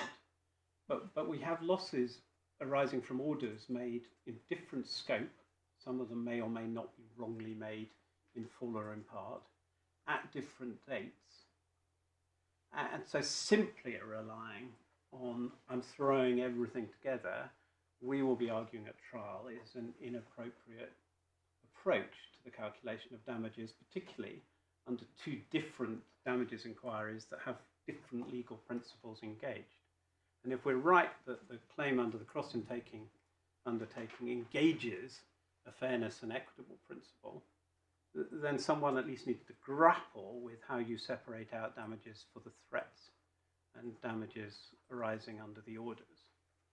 And even if that is not possible to the nearest pound or euro, it must be possible, if we get that far, for a trial judge to make some sort of assessment that fits with the equitable principle that we're arguing for in respect of damages under the cross-undertaking. If you had access to the prescriptions, or at least to a representative sample of prescriptions from which you could extrapolate, it ought not to be all that difficult, did it? Because if the doctor prescribes Lyrica, one can take it that that is, well, in circumstances where he would normally prescribe the generic, one can take it that that's likely to be due to the guidance, whereas if the doctor prescribes a generic, but the pharmacist dispenses Lyrica, that's likely to be due to the threats. Now, you may not have access to the prescriptions to enable you to do that exercise, and doctors or accountants or goodness knows who will have to work on it. But in principle, that would work, wouldn't it? Well, that's certainly a starting argument, my lord. I can understand that my learned friends might take issue with it at the detail and say, well, maybe the doctor is being influenced to prescribe Lyrica because of threats as well as the guidance order. But, well, there may be refinements and adjustments. I'm sure there always are. But my submission, which is intended to be on all fours with what your lordship is putting to me, is that it must be possible from the factual evidence to at least have a go at distinguishing between the effects of the orders and the threats. One might not be able to do it precisely, but order of magnitude, one should be able to separate out the tens of millions that are claimed into how much arises from one as against the other. What happens if there are concurrent causes? Suppose a doctor, before the guidance, is influenced by the threat, so starts writing Lyrica, gets the guidance and says, I see that the NHS, the guidance I'm getting, agrees with me that I should be writing Lyrica. Does that mean it's all attributable to the guidance, or is it still attributable to the threats? You can't distinguish. What you're saying is that when it comes to damages, I can get a 13.8% discount if I can put it into this bucket, but I can't get a 13.8% discount I accept if it's in that bucket. What happens if it's in both buckets? I mean, I wonder how realistic it is to try and distinguish between this argument that this is infringement by the pharmacist is available in one bucket but not in another bucket, when it just may not be possible to separate out which bucket the losses fall into. It may be messy indeed at the edges, my lord, but the trial judge will at least be in a position on the basis of the evidence that we don't yet have. Nobody has seen the evidence, my lord. Well, perhaps some of those behind me have some greater insight to it than I do, but before factual witness statements, before expert reports and the like, we have nobody grappling in detail with these issues. And you know, if the threats were such as to have the effect on the market that Dr. Reddy's claimed for, then what was the need for the guidance order? Why were the parties concerned that there should be a guidance order? Why did Lord Justice Arnold make the guidance order? And you know, there's no evidence that I have seen that the threats, justifiable or unjustifiable as they have been found to be, had the sort of effect on prescribing practice that the guidance order does appear to have had from the empirical data. Of course, there may be some threats impact in there as well, my lord. Thank you.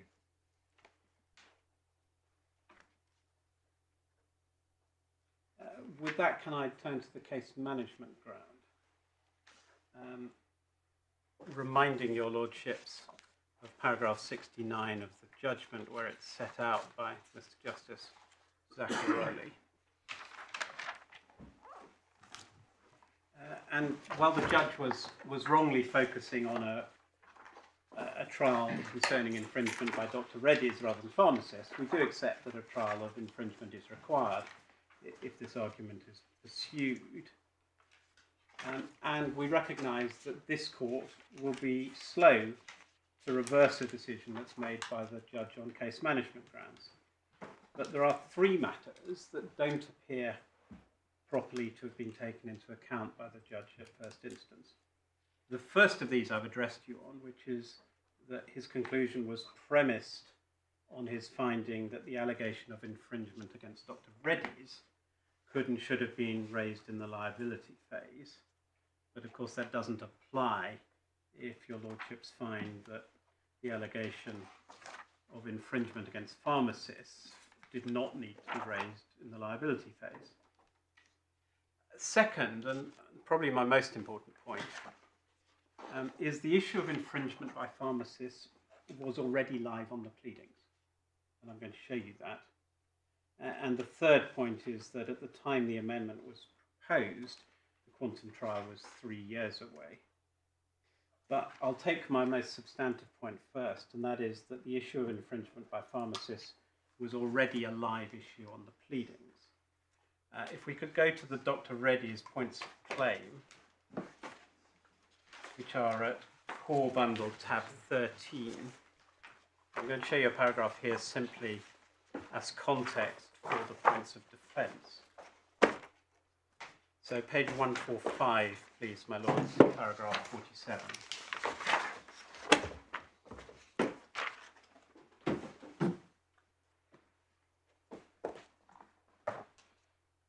And what Dr. Reddy's plea is that the claims of the patent, neuropathic pain, have always been invalid, that their skinny label product, Lacent, would not have led to infringement of the patent, and that none of the acts relied upon would ever have led to infringement of the patent by Dr. Reddy's. So that includes prescribing for and dispensing for inflammatory pain. And we pleaded to this at tab 14 of the core bundle, page 175 to 176.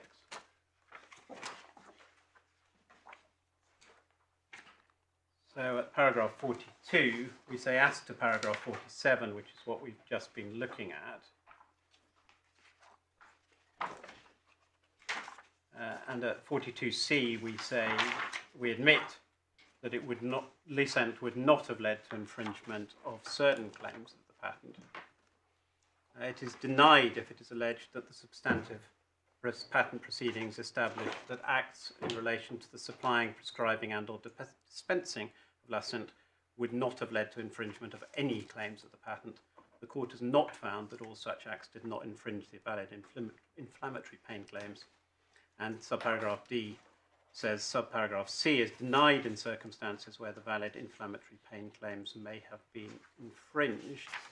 And that wording is repeated in paragraph 43. Now these are the points of defence. As one can see, this is not amended. This was in the original points of defence dated June of 2020. And so at the time our proposed amendments were being considered by the court, the potential at least that the inflammatory pain claims were infringed was already on the pleadings. And we made this point to Mr. Justice Zacaroli during the hearing.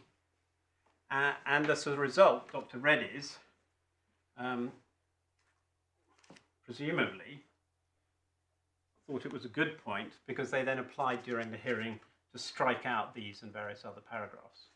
Having not made that application before the hearing, they did it overnight at the end of day 2, and that strikeout application failed. And we can see that in the judgment at tab 9 at page 132. Starts at page 131.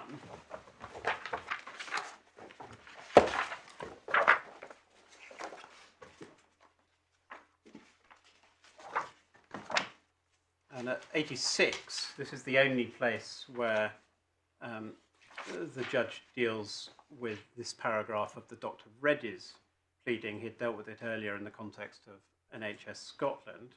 He says it has insufficient prospects of success. It logically follows that to the extent that the same argument is advanced in Pfizer's existing pleading as against Dr. Reddy's, it should be struck out. He then explains that Dr. Reddy's did apply to strike it out. And in paragraph 88, he says that that application was far too broad. And indeed, I remember making the submissions that it was seeking to strike out paragraphs that had been admitted by Dr. Reddy's in their reply. And so he didn't accede to the strikeout application and said the parties should resolve it. Now, we have made some further amendments, and I'll show you those. Well, before we get on to that, Of course, my lord. I take your point that he did not accede to a strikeout application that was too broad and ill-defined, but what do you say about what he says in paragraph 86, last sentence? It logically follows, to the extent that the same argument is advanced in Pfizer's existing pleadings as against Dr. Reddy's, it should be struck out. That seems to be a statement of principle that his finding about the amendment must equally apply to the existing plea. Yes, so his finding is on the basis that Pfizer's argument has insufficient prospects of success. And we are, of course, appealing the substance of that finding, my lord. So if we're successful... He's dealing here, isn't he, with the plea in paragraph 53b, little b, the one which says this is so regardless whether such use in the counterfactual would have infringed, because that's the one he's refused on the ground of no real prospect of success. Yes. The plea in paragraph A, he hasn't refused on that ground, but on abuse of process case management grounds. That's So right, it looks as though whatever he's saying in paragraph 86 relates to B rather than A of the proposed amendments. Yes, I think that's right, my lord. But if we're successful in our grounds on But I thought, A, I thought your point in showing us these paragraphs of the existing pleading was to show that allegations of infringement are on the existing pleadings. Is that right? yes, that is right, my lord. Yeah. Okay. So when it comes to his case management decision, it's relevant. It would have been relevant for the judge to take into account, but he didn't in his decision itself. And he appears to be saying on case management grounds that these arguments are raised too late, and that Pfizer shouldn't be permitted to amend at this stage. But if the argument is already live on the pleadings, my lord, then on case management grounds, the amendment can't be refused. Was this argument made to the judge? The reason I asked the question is I can't find it in your skeleton argument even on the appeal. I'm looking at paragraphs 110 through to 114, which is where you address case management. And at the moment, and maybe I'm overlooking it, but at the moment I can't see it. I do not I mean, the judge. I cannot on my feet find it in our skeleton here, my lord. I know it was made before Mr. Justice Zacaroli, because in preparing for today, one of the things I used was my notes from the submissions I used to Mr. Justice Zacaroli. And I know that of course, I'll listen to my learned friends if they're suggesting I'm misleading the court in any way, but it was that submission that led to my learned friend, Mr. Nicholson, applying at the end of day 2 of the hearing to strike out paragraphs from our existing pleading. There seems to be a disjunction there, as my lord has just pointed out, because obviously, the transcript will reveal what the transcript reveals, but certainly the judge, judging by his judgment, appears to have thought that the strikeout application was directed to a different plea. Maybe he misunderstood it, but certainly that's what, as my lord has pointed out, the judgment suggests. Well, he's focusing on whether it would be inequitable to include amounts relating to off-label prescription for inflammatory pain. And he says, to the extent the same argument is advanced in Pfizer's existing pleading as against Dr. Reddy's, it should be struck out. So perhaps you're right, my lord, that the judge doesn't have specifically in mind the argument that we did make to him in trial, that live on the pleadings was a suggestion that the valid inflammatory pain claims were potentially being infringed. But I'm struggling to understand this, and it may be because it's a new point, which, given it wasn't in the skeletons, I hadn't thought about. But this would have been an answer, surely, to the objection to the amendment that was disallowed, and you haven't appealed, which is in relation to threats. You can't rely upon allegations of infringement by pharmacists. If you'd already pleaded it, that would have been a complete answer for you.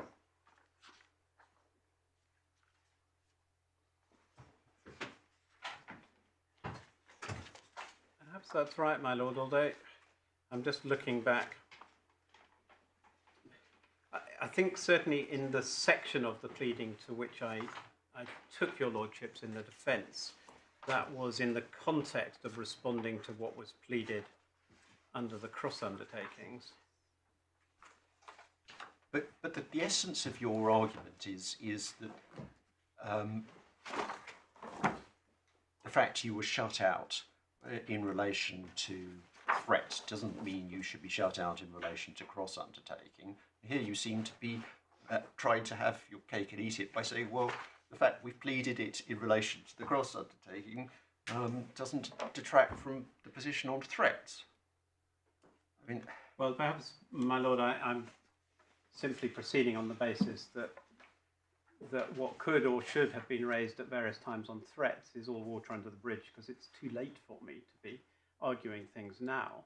But in the context of a claim for damages under the cross-undertaking, we say, for the reasons I've already explained, it's not too late to be raising points of infringement. And in respect of the case management ground for striking us out, we say the judge had it wrong, respectively, because he failed in his judgment to take into account the point that the issue was already live on the pleadings. So we weren't raising the issue of infringement by the amendments for the first time. What we were raising was that it would be inequitable or unjust for the claim under cross-undertakings to include damages arising from sales of off-label pregabalin or inflammatory pain claims. And that was the amendment. But the case management concern seems to have been, this opens up a whole new infringement trial and it's too late. And what I'm submitting to your lordships is that was already an issue. And therefore, on case management grounds, we should not have been refused the amendment. Because if Dr. Reddy's wanted to argue that the claims were not infringed, they already had to do that in response to our paragraph 42B, Where is C, this in D, your and grounds 43. of appeal? I'm looking now at your grounds of appeal, and I can't see it in your grounds of appeal either. So tab 2, page 17, the court bundle, paragraph 14.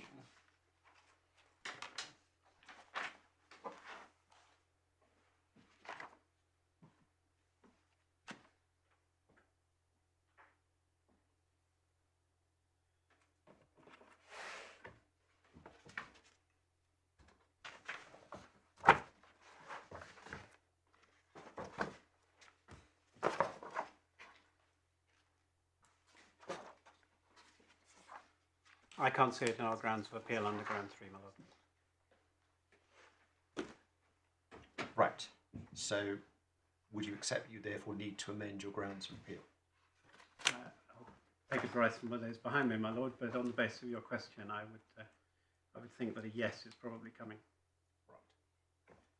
Okay, well, I think you need to be considering whether you're going to make that application or not. Obviously, you'll need to take instruction. Yes. Would it be too late in itself for me to do that immediately after the short adjournment? Well, of course, we won't be coming back, but you can Oh, inform, you can that's inform entirely everybody right. by email, no doubt. Yes, if you are going to make that application, then let the court and everybody else who needs to know about that as soon as possible, and then we'll I'm tomorrow. I think it's overwhelmingly likely that I will be instructed to make that amendment, my lord, but I'd rather do it in a semi-coherent manner rather than a quasi-coherent But just to understand the existing pleadings, it's paragraph 47C in effect of Dr. Reddy's points of claim, where I suppose you might say that it was Dr. Reddy's who picked up the point that dispensing of Alzane would not lead to infringement of the patent as a positive plea by them. But your response, and this is in the context really of paragraphs of the pleading dealing with what was established in the liability proceedings, and that is right, the highest you put it was that the valid inflammatory pain claims may have been infringed and that you had a basis for objecting to such acts in your paragraphs 42 and 43. So that's what we're focusing on for this submission. So we put it with the double negative. At the top of page 176, my lord, we say it's denied that the substantive proceedings found that dispensing of license would not have led to infringement. We say that the court has not found that all such acts did not infringe. And then, as you say, in subparagraph D, we say valid inflammatory pain claims may have been infringed. In 43, we say we had a basis for objecting on the grounds that certain such acts infringed. And we say in any event, the valid inflammatory pain claims may have been infringed. And for completeness, opposite page... It's a bit tentative, isn't it? It is, my lord. If in a conventional patent claim, all the points of claim said is there may have been infringement, and we have a basis for saying that there was, then that action would not, I guess, get very far. That may be right, my lord. In a defence to a claim for damages under a cross-undertaking, we are raising something relevant to an argument. So that's different. Yeah. Okay. And we did say, my lord, at paragraph 45 on the opposite page, 177, we pleaded that Dr. Reddy's would not have had access to 99% of the pregabalin market. The amendment then sought to cross out the first three lines, but on the original pleading was live the fact that the market that would have been available to Dr. Reddy's excludes the proportion covered by the valid inflammatory pain claims, and what we sought to amend that was, as you can see on the amendment at the top of page 178. But the issue had already been raised. We clarified what we meant by it. And if I could show you where we are today, just so that I've not hidden that from your lordships. Because what Mr. Justice Zacaroli asked the parties to do was to try and resolve it. And we have made some further amendments. But the current state of the pleadings is at tab 16 of the supplementary bundle.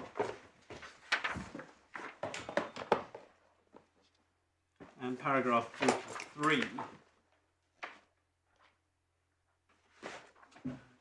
218, I'm sorry, it's paragraph 42D.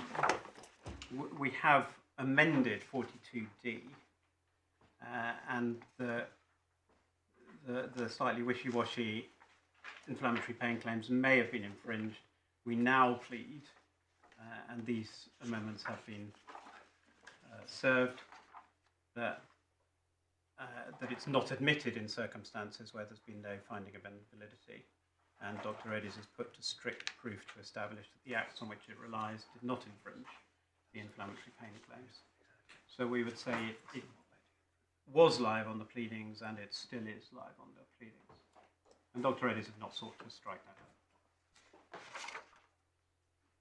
Why do they have to establish a negative? The presumption is that acts are lawful unless they're established to be unlawful.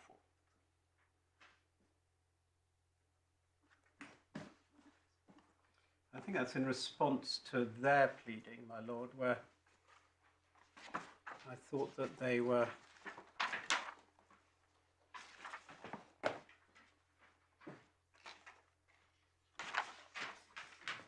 And in any event, They in any pleaded event, positively this all that seems to be about Dr. Reddy's acts, and as you've been at pains to emphasise to us, you're not alleging infringement by Dr. Reddy's, you're talking about infringement by pharmacists. Indeed, my lord.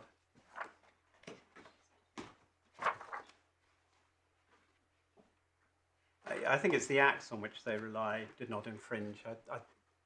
I don't believe, my lord, if I can put it that way, that there was any allegation being made here that Dr. Reddy's themselves were infringing. I think this follows from what we've been saying earlier and the other amendments. That it's a response to a pleading by Dr. Reddy's that none of the acts would have ever led to infringement of the patents, and that's none of the acts relating to supply, subscribing, or dispensing. All right, but I'm still a little puzzled. I take your point as to what Dr. Reddy's have pleaded. And it may be that they pleaded something they didn't need to, but as a matter of general law, why is it not the case that acts are assumed to be lawful unless and until someone alleges and proves that they're unlawful? Well, the question there, I mean, normally parties don't have to plead what I'm claiming in respect of is lawful. The burden is upon their opponent to say, well, you can't have this claim because it's unlawful. That's right, my lord, but in this particular claim, Dr. Reddy's positively asserted that all of these acts would not have led to infringement, and we pleaded in response, well, that may not be right. I accept the slightly wishy-washy wording, but what we pleaded in response to that initially was, well, in fact, they may have infringed, and what we now... All right, but let me reformulate my question in this way, and perhaps this is a more pertinent question to ask. Would you accept that if you wish to run a positive case at trial, that pharmacists definitely did infringe the inflammatory pain claims, you would need to specifically plead and particularise that, and you haven't yet done it? I think I say, my lord, that one of the amendments that's before the court today pleads that exact infringement, whether or not we succeed. To be sure. It might not be but particularised you're running a case at the moment that allegation is already in, I thought. But if you're accepting that it's not, then we didn't worry about that. And you're putting to me, I think, that it wasn't in well enough, my lord, but I'm saying on case management grounds it was already clearly an issue, and we have put it in starker terms in the amendment we sought to make. But that You sidled up to it in the first attempt. And, well, there's a little bit of ducking, and but now you're putting it plainly. That's what. and following the counterfactual assumptions trial back in November of 2021, we took into account everything, the amendments on the pleadings. We took into account 2 days of argument on inflammatory pain claims at the counterfactual assumptions trial, and we made an amendment that was starker in terms of this issue. But surely this is the crux of the issue, isn't it? Because if the plea is already in and is an adequate plea, you don't need to amend. You only need the amendment if what's there is not adequate. Well, I suppose what I would say on that, my lord, is that it would at least be arguable whether we needed to be clearer on it, and that whether what was already pleaded was at trial sufficient to found an argument. We would have needed to plead that Dr. Reddy's couldn't recover loss of profits founded upon an unlawful act. And so that part of A was not on the original pleadings. We had to make that much clearer that we said there was an unlawful act. And we hadn't explicitly pleaded in these terms the unjust and inequitable arguments in subparagraph B. So what we had was, more than a strong hint of what we might be arguing in due course, but it wasn't set out in the terms of these two subparagraphs at issue. But we say it was already clear that we were arguing that the inflammatory pain claims may have been infringed. And we were already arguing that that would be relevant to the calculation of damages under a cross-undertaking. We hadn't put it in precisely these terms. Thank you. I'm grateful, my lord. And the other point on dates is that these were amendments, as I've just said, made in November, put forward in November 2021. They were before the judge in January 2022. Before we came into that hearing, the damages inquiry was set down for October 2024. That was the order of Mr. Justice Burse, as he was, of 25th of January 2021, who had set two trials, a common issues trial and then a quantum trial. That's supplemental bundle, tab 12, page 182. And the timetable was only revised in this same hearing, where because of a number of issues, including settlement of some parties, Mr. Justice Zacaroli decided and ordered there should be a single trial to address all issues, and that was for after October 2023. But even that was still 21 months away at the time of making this decision. So just as to where we are now, I see that the judge made a whole load of directions for the further conduct of the case, as you would expect. Have those all happened so far as they were meant to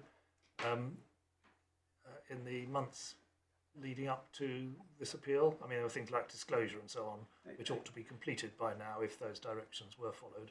I'll glance behind me in a moment, my lord, but I would say substantively yes, other than that there were very significant delays from the NHS parties, England, Wales and Northern Ireland in particular, in providing information that disclosure that had been ordered of medicine margin and PPRS materials, and they went back to court and got extensions. So in very broad terms, there may have been some slippage, but the parties quite bad slippage have been... as we felt it. But standing here today, my lord, I think we're on track. Yeah. Yes. Okay. We are back. Well, the party you were blaming for the slippage has settled with you anyway. Indeed they have, my lord. Once they had to give out the information. So today, we can't fit in an infringement trial before a hearing that's ordered for November 2023. And you have seen we've made some suggestions about how that might be dealt with. For example, it would be possible for the court to withhold 13.8% or whatever the figure turns out to be of any compensation owed to Dr. Reddy's under the cross-undertakings pending the outcome of this issue, or indeed there could be undertakings given by the parties to deal with that in due course. Now I'm rather conscious that we're 25 minutes from the end and I haven't addressed your lordships on grounds 1 and 2. So if I may do that. Yes, by all means do that. And if you need to slip over a bit into tomorrow morning, that will eat into others' time, but I think we could be quite relaxed about that. I'm grateful, my lord. Grounds 1 and 2 relate to amendments we've been looking at, and they relate to, if you still have it open at page 188, it's the subparagraph B, it's the unjust and inequitable argument, or what we call the injustice argument. And this applies to both NHS Scotland and Dr. Reddy's. And everything up to this point has been focused on Dr. Reddy's. And the wording of this, of course, reflects the wording of the cross-undertaking. I'm sure your lordships are familiar with that. But if we look briefly at core bundle tab 13, I'm looking at it in the Dr. Reddy's points of claim at page 143.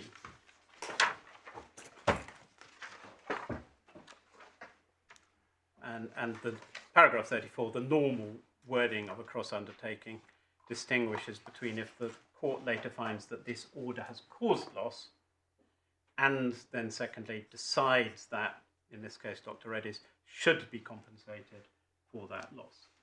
And so this engages two separate questions, we say. One, did the order cause a loss? And two, should Dr. Reddy's or the National Health Service for Scotland, should they be compensated for that loss? Before I go any further, I need to revise our stated position in paragraph 16 of our skeleton. On further consideration, these grounds raise what is obviously primarily an issue of law, and therefore we respectfully invite the Court of Appeal to rule on that issue of law. And I apologise for indicating that we weren't so keen on you doing that. It seems to me the proper way to proceed. Now, the judge said that this amendment had no realistic prospect of success, as we say at paragraph 20 of our skeleton. And what we need to look at in some detail are the judge's reasoning. And they're set out in 6 paragraphs of the judgment. And that's Core Bundle tab 9 at page 123. And so most of my submissions will focus on paragraphs 37 to 42. You can see that 42 is the judge's headline conclusion that the argument has no realistic prospect of success. And I'm going to take it in 3 sections, paragraph 37, paragraph 38, and then paragraphs 39 to 42. Paragraph 37, my lords, is clearly focused on a causation, what would have happened. So the judge says that the basis of his conclusions in the CAT judgment was that compensation should be calculated on the basis of what would have happened in a counterfactual world where the relevant orders, threats and undertakings were removed, but which otherwise reflected the real world. And indeed, that's the basis that we contended for at the CAT trial. But we say that only gets you to the first stage. In other words, that answers what loss was caused by the order and does not engage the second stage at all, which is what compensation should be paid. And in that context, we've set out the authorities at paragraphs 25 to 30 of our skeleton, but we don't understand these to be in dispute at all. For example, we cite Abbey Forwarding at paragraph 26 to the need for logical and sensible adjustments. In paragraph 27, this is page 24 of the bundle, we cite Lord Justice McComb, who talks about what is just and equitable or fair and reasonable. And at 29, there's a very lengthy but very good judgment at first instance in Sigma and Wyeth, in which the learned judge talked about the need to take into account all circumstances relevant to justice, fairness, and reasonableness. And we say, we adopt that and we say that is all a matter for the judge at trial. But in paragraph 37 of his judgment, back at page 123, the judge hadn't proceeded to deal with those arguments of justice and fairness at all. He'd only looked at what loss was caused. So our ground of appeal before the judge was that that this was too narrowly focused on causation, and the judge said, well, you've got to read on to the other paragraphs, so that's what we're now going to do. Paragraph 38 states what is said to be common ground, and we say that's actually a misreading of the proposed amendments, at least in the Dr. Reddy's claim, because in the Dr. Reddy's defence, we've already in subparagraph A pleaded infringement, and subparagraph B, I made this submission earlier, starts further or alternatively. So it's either further to the allegation of infringement or it's in the alternative. But if it's further to the allegation of infringement, then that also bites as a reason why it's just and inequitable. If there is infringement, that Dr. Reddy shouldn't be able to recover. If we lose on subparagraph A, then and only then are we in a world in which we have to argue for what is just and equitable without being able to allege infringement. So what we were really saying is we maintain the plea even if use would not have infringed the inflammatory pain claims, but we did advance it on the basis that use did infringe the inflammatory pain claims. And so where we say Dr. Reddy's goes wrong is that they assume the amendment only needs to be examined on the basis of no infringement, what it calls the uninfringed monopoly. And with respect, we think that's what the judge is also doing in paragraph 38 in his finding that there was nothing wrongful in that. That's only if we are wrong to say that the patent was infringed. And elsewhere in this judgment, the judge expressly found that our argument on infringement had a realistic prospect of success. Now, the judge also here assumes that there was nothing that Pfizer could have done to prevent generic pregabalin being used off-label for the treatment of inflammatory pain. And this engages a number of issues about what it means to grant a patent and whether the inventor is entitled to a monopoly even when nobody does infringe.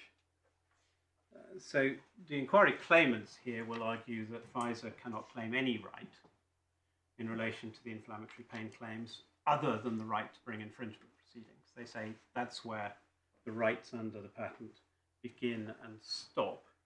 I think we set that out at page 28 of the core bundle. All right, but why is that wrong? So, as a matter of history, prior to 1978, a patent was granted by the Crown in the exercise of the royal prerogative. And it was a grant of a monopoly, and the ambit of the monopoly was defined by the wording in the letters patent which were issued to patentees.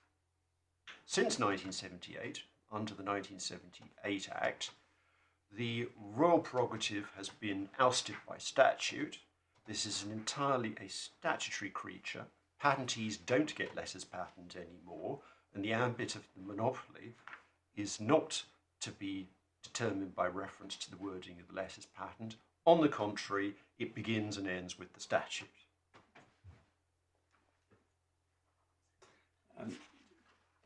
Thank you, my lord. I'll try to address those in what I say now, and if I need to, I'll... So in other words, the point is a very short one. Yes. It's a statutory monopoly. You cannot speak of any monopoly absent statute, can you? Yes. And so at one time one would have said that one could only work within the exact wording of the claims themselves.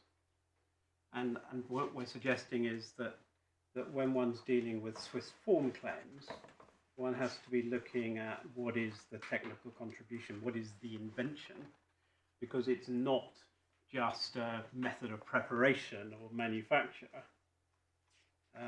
We're actually dealing with, I'll just find my notes on this. I address you carefully here, my lord, because your knowledge of Swiss form claims extends well beyond mine, but we are dealing with what has been termed a judicial fudge to avoid the problem that methods of treatment are not patentable.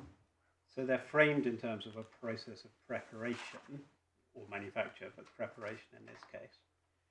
And it follows that the invention of the claims of the patent was not necessarily a method of preparing pregabalin. And indeed, I think at first instance, my lord, you didn't determine the obviousness of the patent on the basis of whether the manufacturer of the product was obvious. The court's concerned with the obviousness or otherwise and sufficiency of the new uses claimed by the patent. And so in that we say there's an acknowledgement that the invention in this case must be regarded not as every aspect of the claims, but the new use.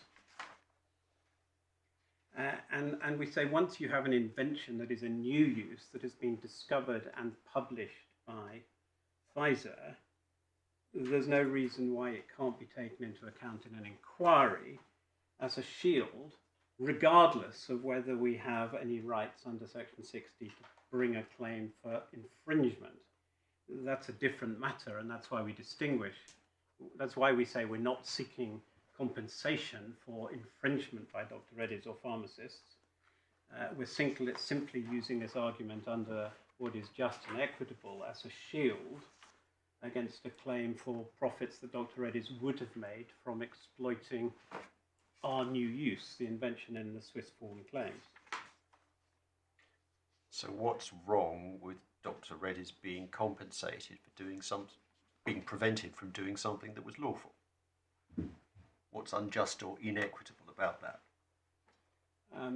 Because it focuses only on the loss caused by the order and not the other half of the equitable consideration, if you like, which is the equities to Pfizer of being required to compensate Dr. Reddy's for profits they would have made in respect of for selling products that were covered by valid claims of Pfizer's patent. And so even if Pfizer could not have stopped it by an action for infringement, we say that when you're within the wording of the cross-undertakings and whether Dr. Reddy's should be compensated for that, that is a point at which it is relevant to pay attention to whether Pfizer discovered and published this use and whether it has valid claims under its patent for this use. I am going to show you, my lord, a couple of first instance paragraphs, and I'm treading very carefully here, at which there is at least a suggestion that there may have been something that Pfizer had to protect beyond arguing infringement. You will know what's coming here, my lord, and I'm treading carefully. 3 reasons. The authorities we cite are first instance, they're interlocutory, and the judge who gave these judgments is sitting above me at this moment and is in a better position than I to say what was meant. But I do, if I can, at least show you the paragraphs that we rely on, and then, my lord, you can tell us where, if anywhere, we have gone wrong in what we seek to get out of them. It's paragraphs 45 and 46 of our skeleton, but within the authorities bundle, we're at authorities tab 7, page 357.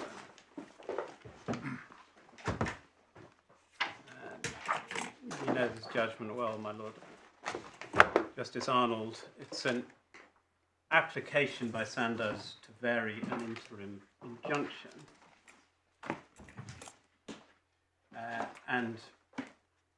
Which had been granted to restrain Sandoz from dealing in a full label generic product, that's paragraph 1. Paragraphs 28 and 29, my lord, you were considering, really as background in this decision, a suggestion that had been made that the guidance order should be revised to make it clear that Lyrica should be prescribed for various types of pain, including inflammatory pain.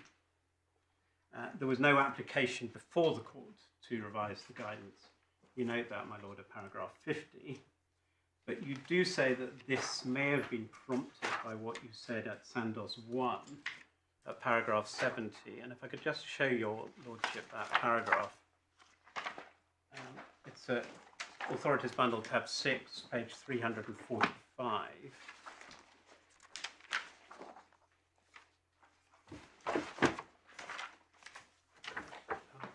Paragraph 68 sets out the wording of the guidance order, and then it's identified that there's this lacuna, if you like, that paragraph 1 refers to neuropathic pain, as does paragraph 2, but paragraph 3 refers to pain.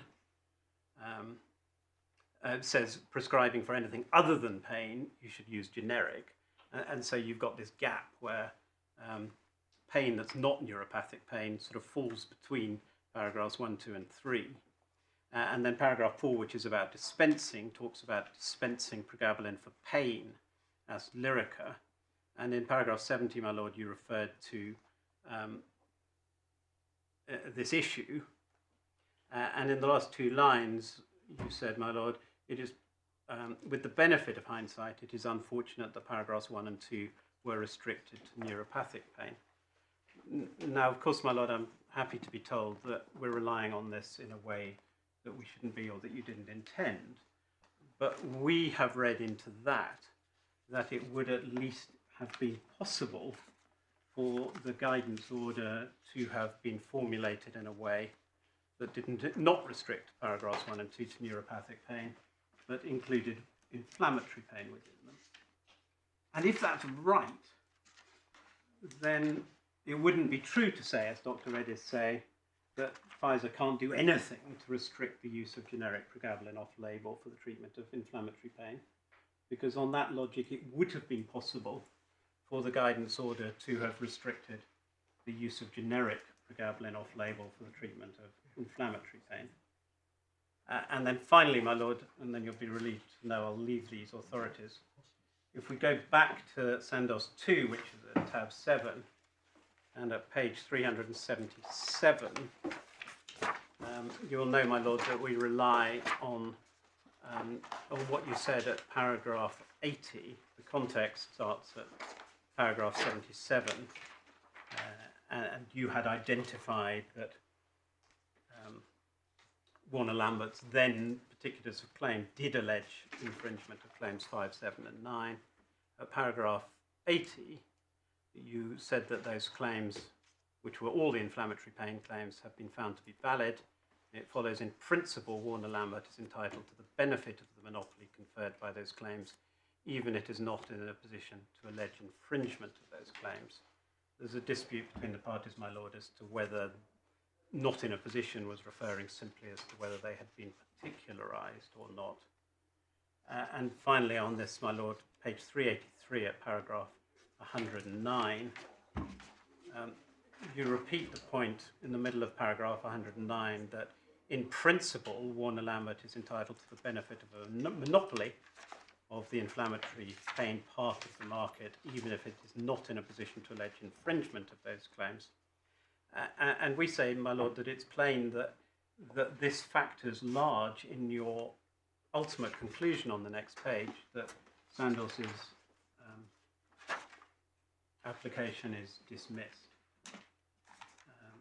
And if that's right, then it appears, my lord, that there is some substance to the argument that a monopoly granted by the patent gives Pfizer some benefit which extends beyond simply the right to allege infringement.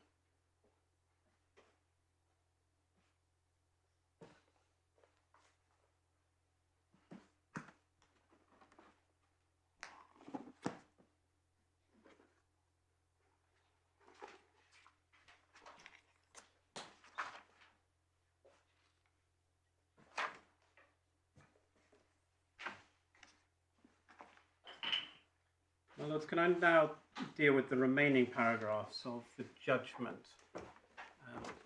where we were at page 123 of Core Bundle, tab 9. So I've done my best to address paragraphs 37 and 38, and now we need to look at paragraphs 39 to 42. And what the judge does in these paragraphs is he proceeds to balance what he sees as two inequities. he balances an inequity he identifies to the NHS parties with an inequity to Pfizer. And the inequity to the NHS parties, he says, is his finding that the NHS parties were wrong to argue that the patent should be known at all times to be invalid. And we say that, with great respect to the judge, these paragraphs are very are inappropriate and poorly argued. First, the fact that the patent was not known to be invalid, which was a finding in the counterfactual assumptions trial, that reflects the law. The NHS parties had argued at the counterfactual assumptions trial that it should be deemed that every party always knew that the patent was invalid. Now, they argued that because if they were right, then everybody knows there's no patent and everybody enters the market. All the generics come in day one. There's a price crash, and the NHS parties' combined £700 or £800 million claim was founded on overpayment, over-reimbursement in respect of a drug that they say would have been sold at pennies rather than pounds. But that, of course, is wrong in law, because if we were proceeding on the basis that everybody knew the patent was invalid, then the losses claimed would be losses occasioned not by the orders, they'd be losses occasioned by the grant of the patent. And that's not the subject of the undertaking, the cross-undertaking. So the judge, with respect, in the counterfactual assumptions, had quite properly said, you can't argue this, NHS authorities. You have to deal with what was known at the time in the market and in the counterfactual. You simply remove the orders. But the judge makes the mistake, respectfully, of saying there are two offsetting inequities going on here. But this one isn't an inequity. It's simply a reflection of the law, and it doesn't engage on the first stage of a claim under the cross-undertaking, which is what is the loss occasioned by the order. And the loss occasioned by the order has nothing to do with whether the patent was known to be invalid. The second stage of what I'm putting to you is it's at least implicit here that the judge thinks there is an inequity to Pfizer. What he does is an improper balancing between that inequity and one he has found affects the NHS parties. But the 2 points on that. One is there's not a balancing to be done because the inequity to the NHS parties is not an inequity at all. It reflects the law. And the second is, if you're going to balance inequities in this way, you do that at trial. It wasn't a matter for Justice Zacaroli to be doing at this stage. If there is an inequity, a potential inequity to Pfizer, then that plays into the consideration of what should be the compensation at trial. And of course, there may be other inequities to be taken into account at that stage, but you can't deal with them and balance them at this stage. And so that essentially deals with paragraphs 39 to 42.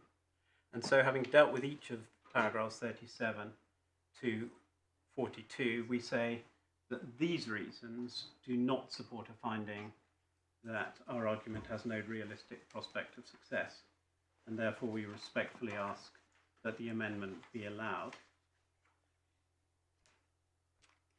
Here the judge was considering the amendment in the NHS Scotland claim, and the judge deals with the Dr. Reddy's amendment in a paragraph I've already shown you, but it's page 131, paragraph 86, and the judge essentially piggybacks on his reasoning given in respect of NHS Scotland and does not introduce any further considerations that would affect our application for permission to appeal.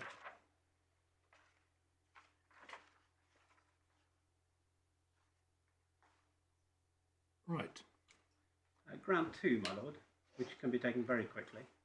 How quickly? We're at 1 o'clock, my lord. How quickly is very quickly. And if it's a minute or two, then fine. If not, then come back to it tomorrow. On the basis, my lord, that I'm sure it will be useful to me to reserve a right to come back tomorrow, then may I stop there? All right. And just to identify what else there is the explanation you're going to give us, or Mr. Austin is going to give us about how it is that the pharmacists infringed by the labelling or whatever it is. Sorry you've been kept waiting overnight for that, my lord. But I'll live with that. And you may have or may not have an application to amend your grounds of appeal. But apart from that, you're nearly done, aren't you? I've had the nod from behind my lord that I will be making that application. Yes. If your lordships think that I've given the reasoning in sufficient detail, then I would make that now. But if you would like me to have a more considered application, then I will do that first thing tomorrow. Well, I think we would like to see it formulated. Of course. Very good. All right. Tomorrow morning, 10:30.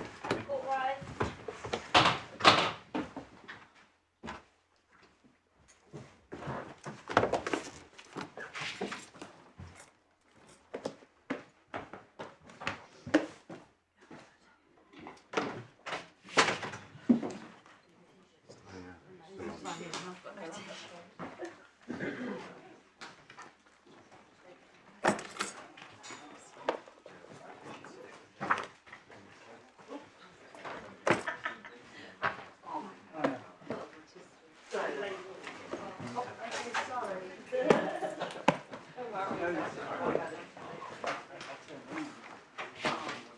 Nothing for you to do tonight, then, Douglas. You can just take your feet up.